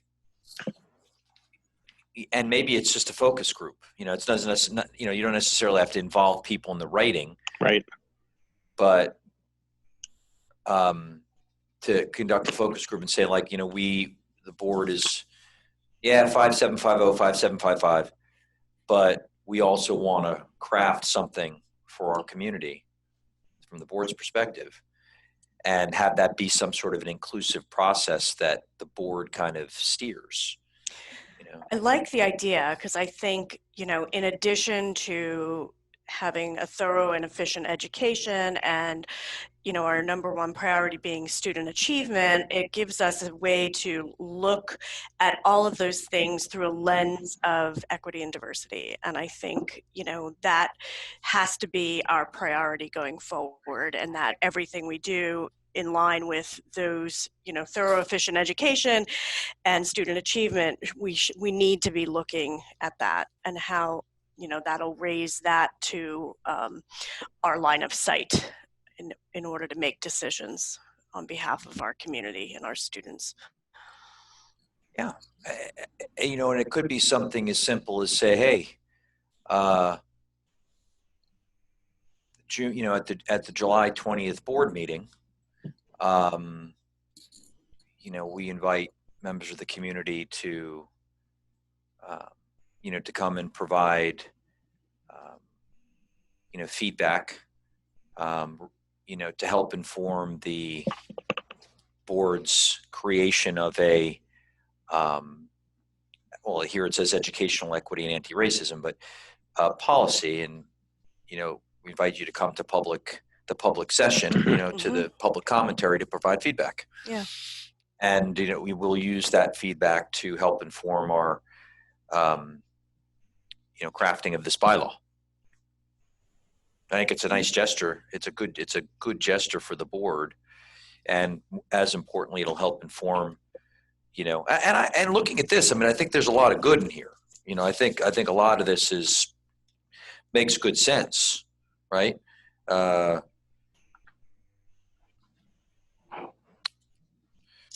think we just want to be careful of the language and verbiage that we use. For sure. So that no one feels excluded.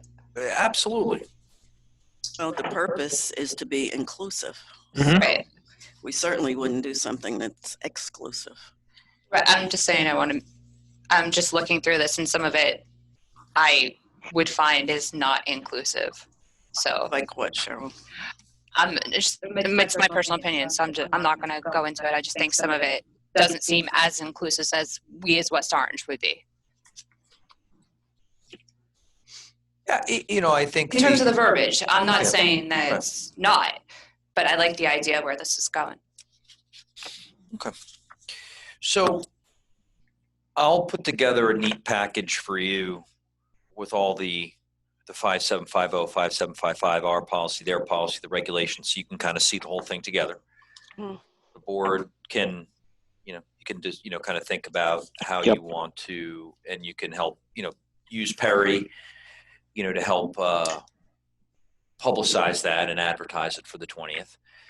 And then, get to work on writing your own bylaw, as it relates to educational equity. Might I ask that we invite the student council president? Yeah. Sure. I think we've got to do something to reach out to the kids. They Yeah. we My can't. only concern with that is that this is for the board, right? The bylaws are for how we hold ourselves accountable. So Right. while we would want input, I just want to be careful that we're not putting a lot on folks that haven't had as much experience just yet. Like who? They've I'm been saying students. a student. She's gone through the whole school system. She has a lot No, of I experience. understand. I'm saying I want to be careful of how much we put on children. They're still children. Even if they're in high school, they're still children. They're And I more wanna be intuitive careful. than a lot of adults. Understood. I'm not disagreeing. I'm saying I just want to be careful of how much weight we're putting on that versus some of the community members that have a lot of experience and have brought stuff to the table in terms of the various forums that we've had. Yeah, look, I think, listen, I think whenever you invite people to the table, it's important to have as many different perspectives represented as possible. Young, old, different races, religions, right? And, the board ultimately, then process is that, some of it, you take what you need and you leave the rest, right? So some of it will be relevant. Some of it will help inform ultimately what you draft. Some of it might not. But I think the symbolic gesture of having people come to the table is strong. Is important, right? And it's not, you're not doing it for window dressing, but I think, I think people, the feeling valued as having a place at the table is a really important piece right now. We need to hear what they have to say. Yeah. Absolutely. Yep. The entire community. Right. I So think it's fair to say that, I think this is a great idea. Having a variety of different voices absolutely is going to inform the discussion better than if it's just us. Mhm. So. Yeah. the other way to approach it is you could do as opposed to a board meeting, and again, the format and how you want to do it is really up to you. You could do a special public meeting, where it's just like a town hall. Yeah, like a town hall. And you like kind of like when we were at the Kelly meeting, you could have 3 board members just kind of sitting there observing and 2 board members facilitating the conversation. Right. Thus it not being a quorum. And that might be a better setting. So I just think through it, think how think, I guess, what you want to accomplish. What do you think the best setting and format to do that would be? Right. But I think to involve the community in the development of an equity bylaw, I mean, that's powerful stuff. And it shows an immediate proactivity on the part of the board, which I think would be really, really good. Yeah. Do we have access to anyone who has experience leading a focus group? Yeah, I mean, I think certainly we have access to so many talented people. I know a few from outside. I think having somebody from outside the West Orange community might be a better idea, just to kind of be an objective. I can think of a couple of people that I could probably call upon to do that I think would be excellent. Person that's coming. Did you ever have any? Did you ever Penny Latimer? Penny? Mm-hmm. Penny was somebody who I could reach out to. She might be a good person to do that. She's a former assistant commissioner of education, and I was gonna say her name sounds familiar. Yeah, and she was at Rutgers for a long time, leading Yeah. their Institute for Improving Student Achievement. Where was her administrative career, Terry? Do you remember? I think New Brunswick. Was it New Brunswick? So I did my student teaching in New Brunswick, and she wasn't there at the time. She had been there yeah, and moved on. so she's very good. And but we could tap into the universities. We have a couple of professors that we worked with on the panel. I'm sure either one of them or both of them would come. So we have plenty of folks that we could call upon for that if you wanted to do it in that format.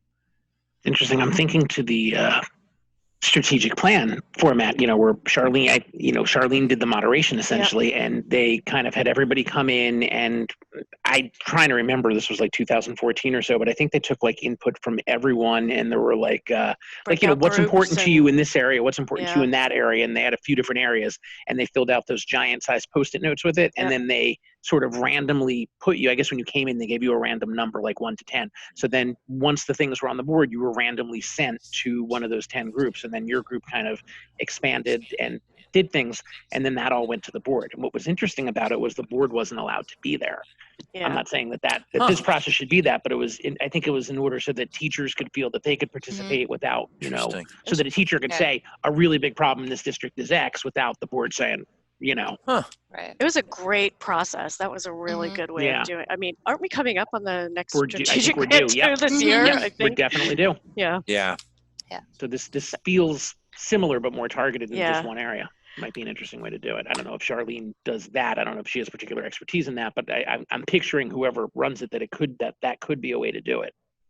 You might want to consider doing it in various groups in terms of community, just to break, because that could be an overwhelmingly large. So if you did not just student council, but if you offered it to the entire, student population as here's a day of those students come in to have their forum about it, and parents, community members that don't have students in the district but have visions for what they want to see. If you could break it down into different or various nights, and everyone could just choose what night they want to go, but that way you're not limiting the number of viewpoints and perspectives, and also not limiting the number of folks per room. True. Although I did like when we broke into the small groups that the groups were so Right. like hugely mixed Meaning- with like, you know, seniors and young people and Yeah. all. I do like cross-pollinated groups Yes. because I feel like you get more discussion because somebody, you know, That's you true kind because of everybody's have, got a different perspective instead of Yeah, everybody sure. being from the same That is group. true. and somebody may say something and then it's like, oh, you know, that's how kind of things grow and build. And I think that's really good for the strategic plan. Mm. I think what we're trying to do is a little bit different. Yeah. Um, It would be helpful probably also to have one that's in a night where it's in Spanish, if we have someone that could lead the forum in Spanish. Yeah. Or other languages, just because our community is so diverse with second languages or first languages. I think it's a good idea. I think you want to consider expedience and practicality, right? So, because I think there's an element of striking while the iron is hot here, in the immediate term, demonstrating responsiveness on the part of the board, but at the same time, a practical end game of wanting to get this done. Right. Right. And ideally, potentially, you know, doing a first reading of it on July 20th, but for sure having it adopted before the beginning of the school year. Yeah. There is another possibility, which is to bring together, to identify kind of representatives from the community, dignitaries almost, if you will. And so you might have rabbis, you might have somebody from Unico, you might have somebody from the African American Heritage organization. You might have Rodolfo Mm-hmm. from the deputy mayor, right? Or somebody from the Hispanic Heritage Foundation. Right. People that can speak to different constituencies. You might have somebody from within the LGBTQ community, you know, and CPAC. you know, Yeah. and we could even do it kind of like we did with the panel discussion, where we have a panel discussion, an expert, not really expert, but a panel focus group to gain perspective and insights to help inform the board's creation of an equity bylaw. Yeah, I mean, that's basically what they did in Montclair. Yeah. They had representatives come in and give their input, and then the board formulated their own bylaws, but they had input. So what I would look for from the board, with your knowledge and touch on the community is, and you don't have to tell me tonight, but think about people who you would consider valuable, appropriate individuals to Sure. serve on that panel. Would we envision that instead of something open to the entire community or in addition to? Well, I think what we could do, Gary, is if we did it in the manner, you know, what we could do is, as opposed to like the town hall or the panel we did here, where people could write questions, but they couldn't be recognized and enter the meeting. Mhm. With this one, we can invite the public, and we could have Lauren do it, whereby people that came, you know, that wanted to weigh in, wanted to present their own perspective, so the community would be invited. Because I feel like that's important at this time as well, is to hear, I mean, experts or people who are leaders within various communities are, of course, hugely helpful to hear from. I think at this time in particular, it's also really helpful just to hear from members of the community. Everyone's got a lot of perspective and insight. And we could put a student on it, you know, maybe the senior class president, or, you know, so we panel, perspectives, insights, inform equity policy, community invited with opportunities to come to the mic, if you will, present their perspective. We could develop a couple of guiding questions with kind of look with a critical eye on kind of what they've covered in Montclair. And just a few guiding questions to say, could be something like, in developing an equity policy, from your perspective, your role in the community, what would you consider to be important pieces? I'm spitballing now. We'd have to really think through those questions and have them reviewed by some experts and make sure that they were getting us the information that we wanted. And that's something we could have up and running. I mean, we could schedule it for like the second week of July, Yeah. So, and I think it's really important that we take some action. I mean, I keep saying we can do a lot of talking, but people are looking for us to do something, not just talk about what we're going to do. So that I think that would go a long way in, this is our new focus. This is what we're paying attention to. This is what we believe for all of our kids. Huge. As we start the new year. And maybe you, as board president and vice president, you can co-moderate it. It's a board thing you're doing. Right. The word values came up several times on Monday night, and I think it could go a long way toward defining a set of values from the board for our schools, and something for, I think, just to hold on to something. I mean, I think, Terry, you're totally right. Action is important, but guided action is important too. And I think that, I guess bylaws is the right place to do it. I'm still getting a grasp on all of this, but something for the public to be able to point to and say, but in the bylaws, this is what I'm seeing. And, can you answer the question in context of what you've stated or the values for the district? That could be very helpful. Yeah, and I think listen, you govern the district. So once you put something like this in a bylaw, it drives everything. Everything comes back to that. Everything comes back to a vision statement as it's reflected in the bylaw about who we are. And so when we're talking about PD, when we're talking about administrative goal setting, when we're talking about selecting materials, hiring, whatever, it all gets funneled back to that bylaw and that vision statement. And we can frame conversations around that. It's like our Board of Education has promulgated this bylaw, and this is our charge. This is our charge. And if you work in the school district, this is your charge. I mean, it's major. If we have a fidelity to it, we continue to put it front and center in everything we do. It is major. Yeah. And I think that's what we're hearing from the community. That's what they're asking us to do. And it's not simply making statements and promulgating policy, but ultimately walking the walk as well. I think it could be powerful. And I think would be perceived as a great step in the right direction for the board. So I'm happy to do all the, the legwork. In other words, reaching out to people, publicizing the whole schmear. I just need some guidance on who you think would be, who you'd like to see participate. Do you want somebody from internal? Do you want like an administrator, from the district? Do we, somebody representing the WOEA, somebody representing the WOAA, somebody representing Local 68, right? Do you want to just keep it community? So think through that and who you would like to see on it, and then we'll run with it.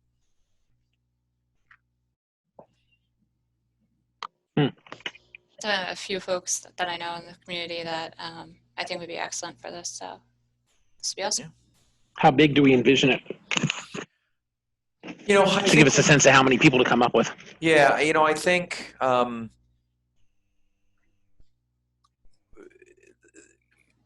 we definitely wouldn't want it any larger than the one we did the other night. At 9. Yeah, it was. I think you want to try and keep it to 7, maybe, if you can. Because you want to let people have multiple bites at the apple. Right. Multiple opportunities to be able to weigh in. So I think 7 would probably be a good number.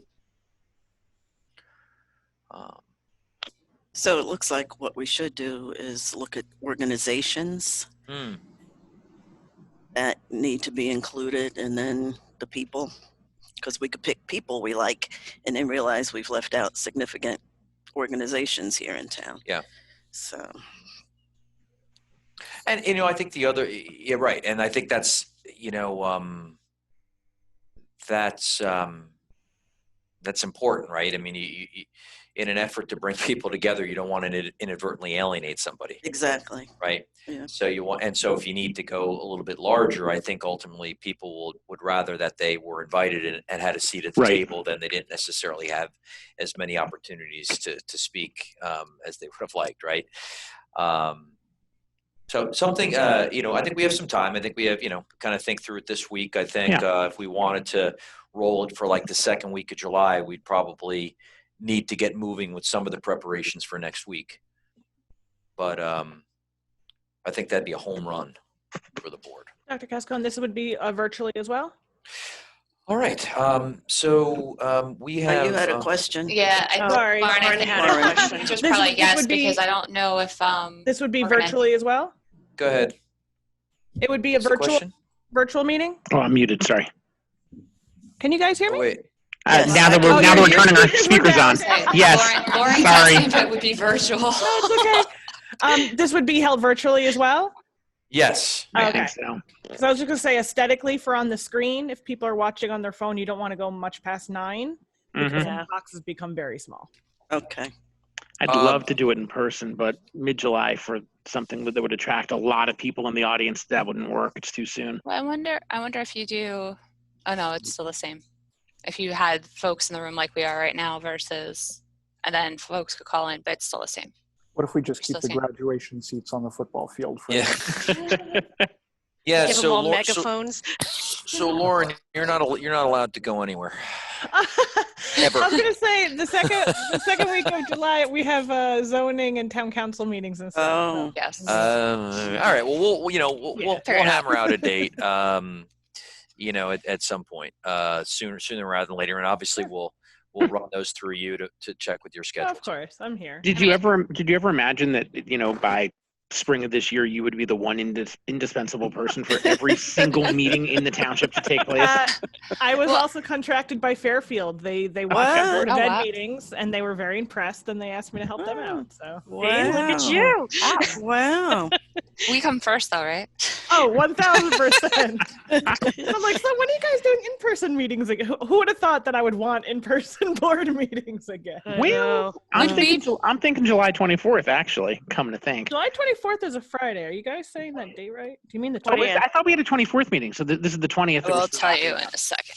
I thought that was the regular meeting. The regular meeting is on the 20th. Well, sounds to me like no one is taking vacation this year. It's the 24th. So we going? No one. My question is, could we, because we're scheduled to have a workshop on the 27th of July, would we be able to change that to have action so we could give ourselves another week or so? If we're gonna, based on giving, so if there's a town council and zoning meeting, we have graduation the week of the 6th. Yeah, I mean, the 15th is available, Wednesday the 15th, just to throw that out there. Yeah, I actually, the 20th, you mean, so basically move the meeting on the 20th to 27th? No, we have a meeting on the 20th. That's our normal board meeting. Okay. But then we also have a board workshop on the 27th. The Policy. Yeah. So I'm just wondering if we were to work on it at that point. So we had something maybe the week of the 20th, like we're talking about this forum, or even the week of the 27th, and then our next board meeting would be August 10th. So because my only hesitation is I don't want to rush something as important as this, but at the same time want to get it done. But I also want to allow the community to have time, because I think depending on as things are now starting to reopen more, I'm thinking that we're going to see more people going away, and I wouldn't want to miss out. I'm swaying in. I have to double check. We may be going away. See, somebody's going on vacation. Yeah, I was like, gonna say, But that's, not that I'm, well, that's Like, who's going? Where are you not going? that Can I we was go going at all. But Take I'm like, us. Nobody's going anywhere. Oh, wait. So in all bring this up seriousness, for if me, we we do- can ask maybe Perry or someone, but I'm actually Yeah. the 24th. Perry actually did our 24th to the panel. 7th, I'm gone. He did Oh, our. really? You're gone? I'm gone. Uh-oh. I don't know where, but I'm gone. Perry did our panel, Yeah. our equity panel. So I mean, he could definitely stand in if we needed him to. I have to double check. I want to say that that I'm going away that third week, but I'll have to double check. Well, we should all go at the same time Yeah, because there aren't going to be Exactly. any other weeks to go. I We know. couldn't find time for a board retreat, so we're all vacationing together.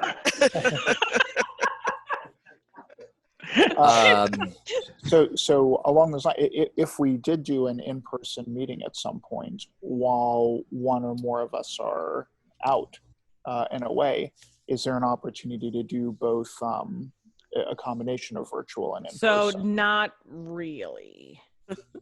You would still have to do this if you were in person. It would still need to be set up virtually, And because if you're not having the people come in, like it's not like you can teleconference in. You would still be setting up a Zoom meeting. right. Mhm. or a And I virtual don't know that conference. we have a policy to let us do virtual meetings outside of pandemic. Let's Like I think write one. once let's maybe not. And of Aren't we course, the still in it? auditorium is always available because everything in the summer has been canceled in the auditorium. So if you were True. able to do, and it's still set up from last time. So if you needed to socially distance in the auditorium, if they're allowed, Right. I just want to point out that our, people who have attended online have been far greater than when we do it Yeah. Yeah. live and in person. Yeah. So there's something about involving the public in this way that seems to at least get people more interested and at least have it on while they're, who knows, cooking dinner or whatever else. But Sure. Well, I'm all for finding a way to live stream in perpetuity, yeah, but I think we need in-person participation and soon. I just want to circle back to the policy for a minute because I had done totals.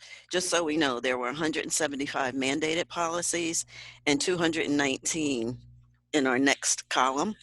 So we're going to ultimately end up with more. I just wanted to tell you that. 219 of the as is. That's it. Okay. Yes. All right. So maybe Jen, if you wouldn't mind, just email me what you've done, what you've reviewed. Yep. Because I'll take that into consideration when I break them up. Okay. All right. Well, that's all I have. All right. Are we not going over the title? That the I think other ones or that was I think that was my, I thought that those were kind of more connected to equity. Were there other pieces of those that you had questions about there, Cheryl? no, I think my questions had stemmed from Strauss Esme hadn't filled in the blanks. So I didn't see it. Those will be filled in. The reason I pulled them is I thought that they would be more relevant to our conversation on equity, but as soon as we got into the conversation, we realized that there were actually 2 Strauss Esme policies that related to it. Right. I didn't see the ball on it until I was like sitting in the seat, and then I think I was like, all right, here's the path forward. So long and short of it is I photocopied a number of policies that I didn't really need to. And also, you had given us this packet before from Sandy Nicastro about the new mandated policies, that updates that happened. Yeah. We need to do something with these as well, or No, because because what that was is that I asked them the draft manual that we have were the most recent updates that they had included in the draft policy manual we had, and they were.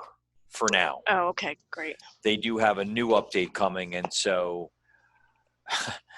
what that means is that there may be changes in policies which we just recently adopted on June 22nd. Right. Did you just get something, an email from them? I didn't get one today. Did you? Last week, now that Jen is mentioning it, because Sandra and we have to make sure she's off their email list. Yeah. You know, as policy committee people, we Oh. were getting the updates. Updates. So can you forward me that? Yeah. Okay. I'll look for it. Yeah, because the fourth update, and what that means is that we might have to double back, Gary, to the ones we approved on Monday. Not going to do that. We got to draw the line somewhere.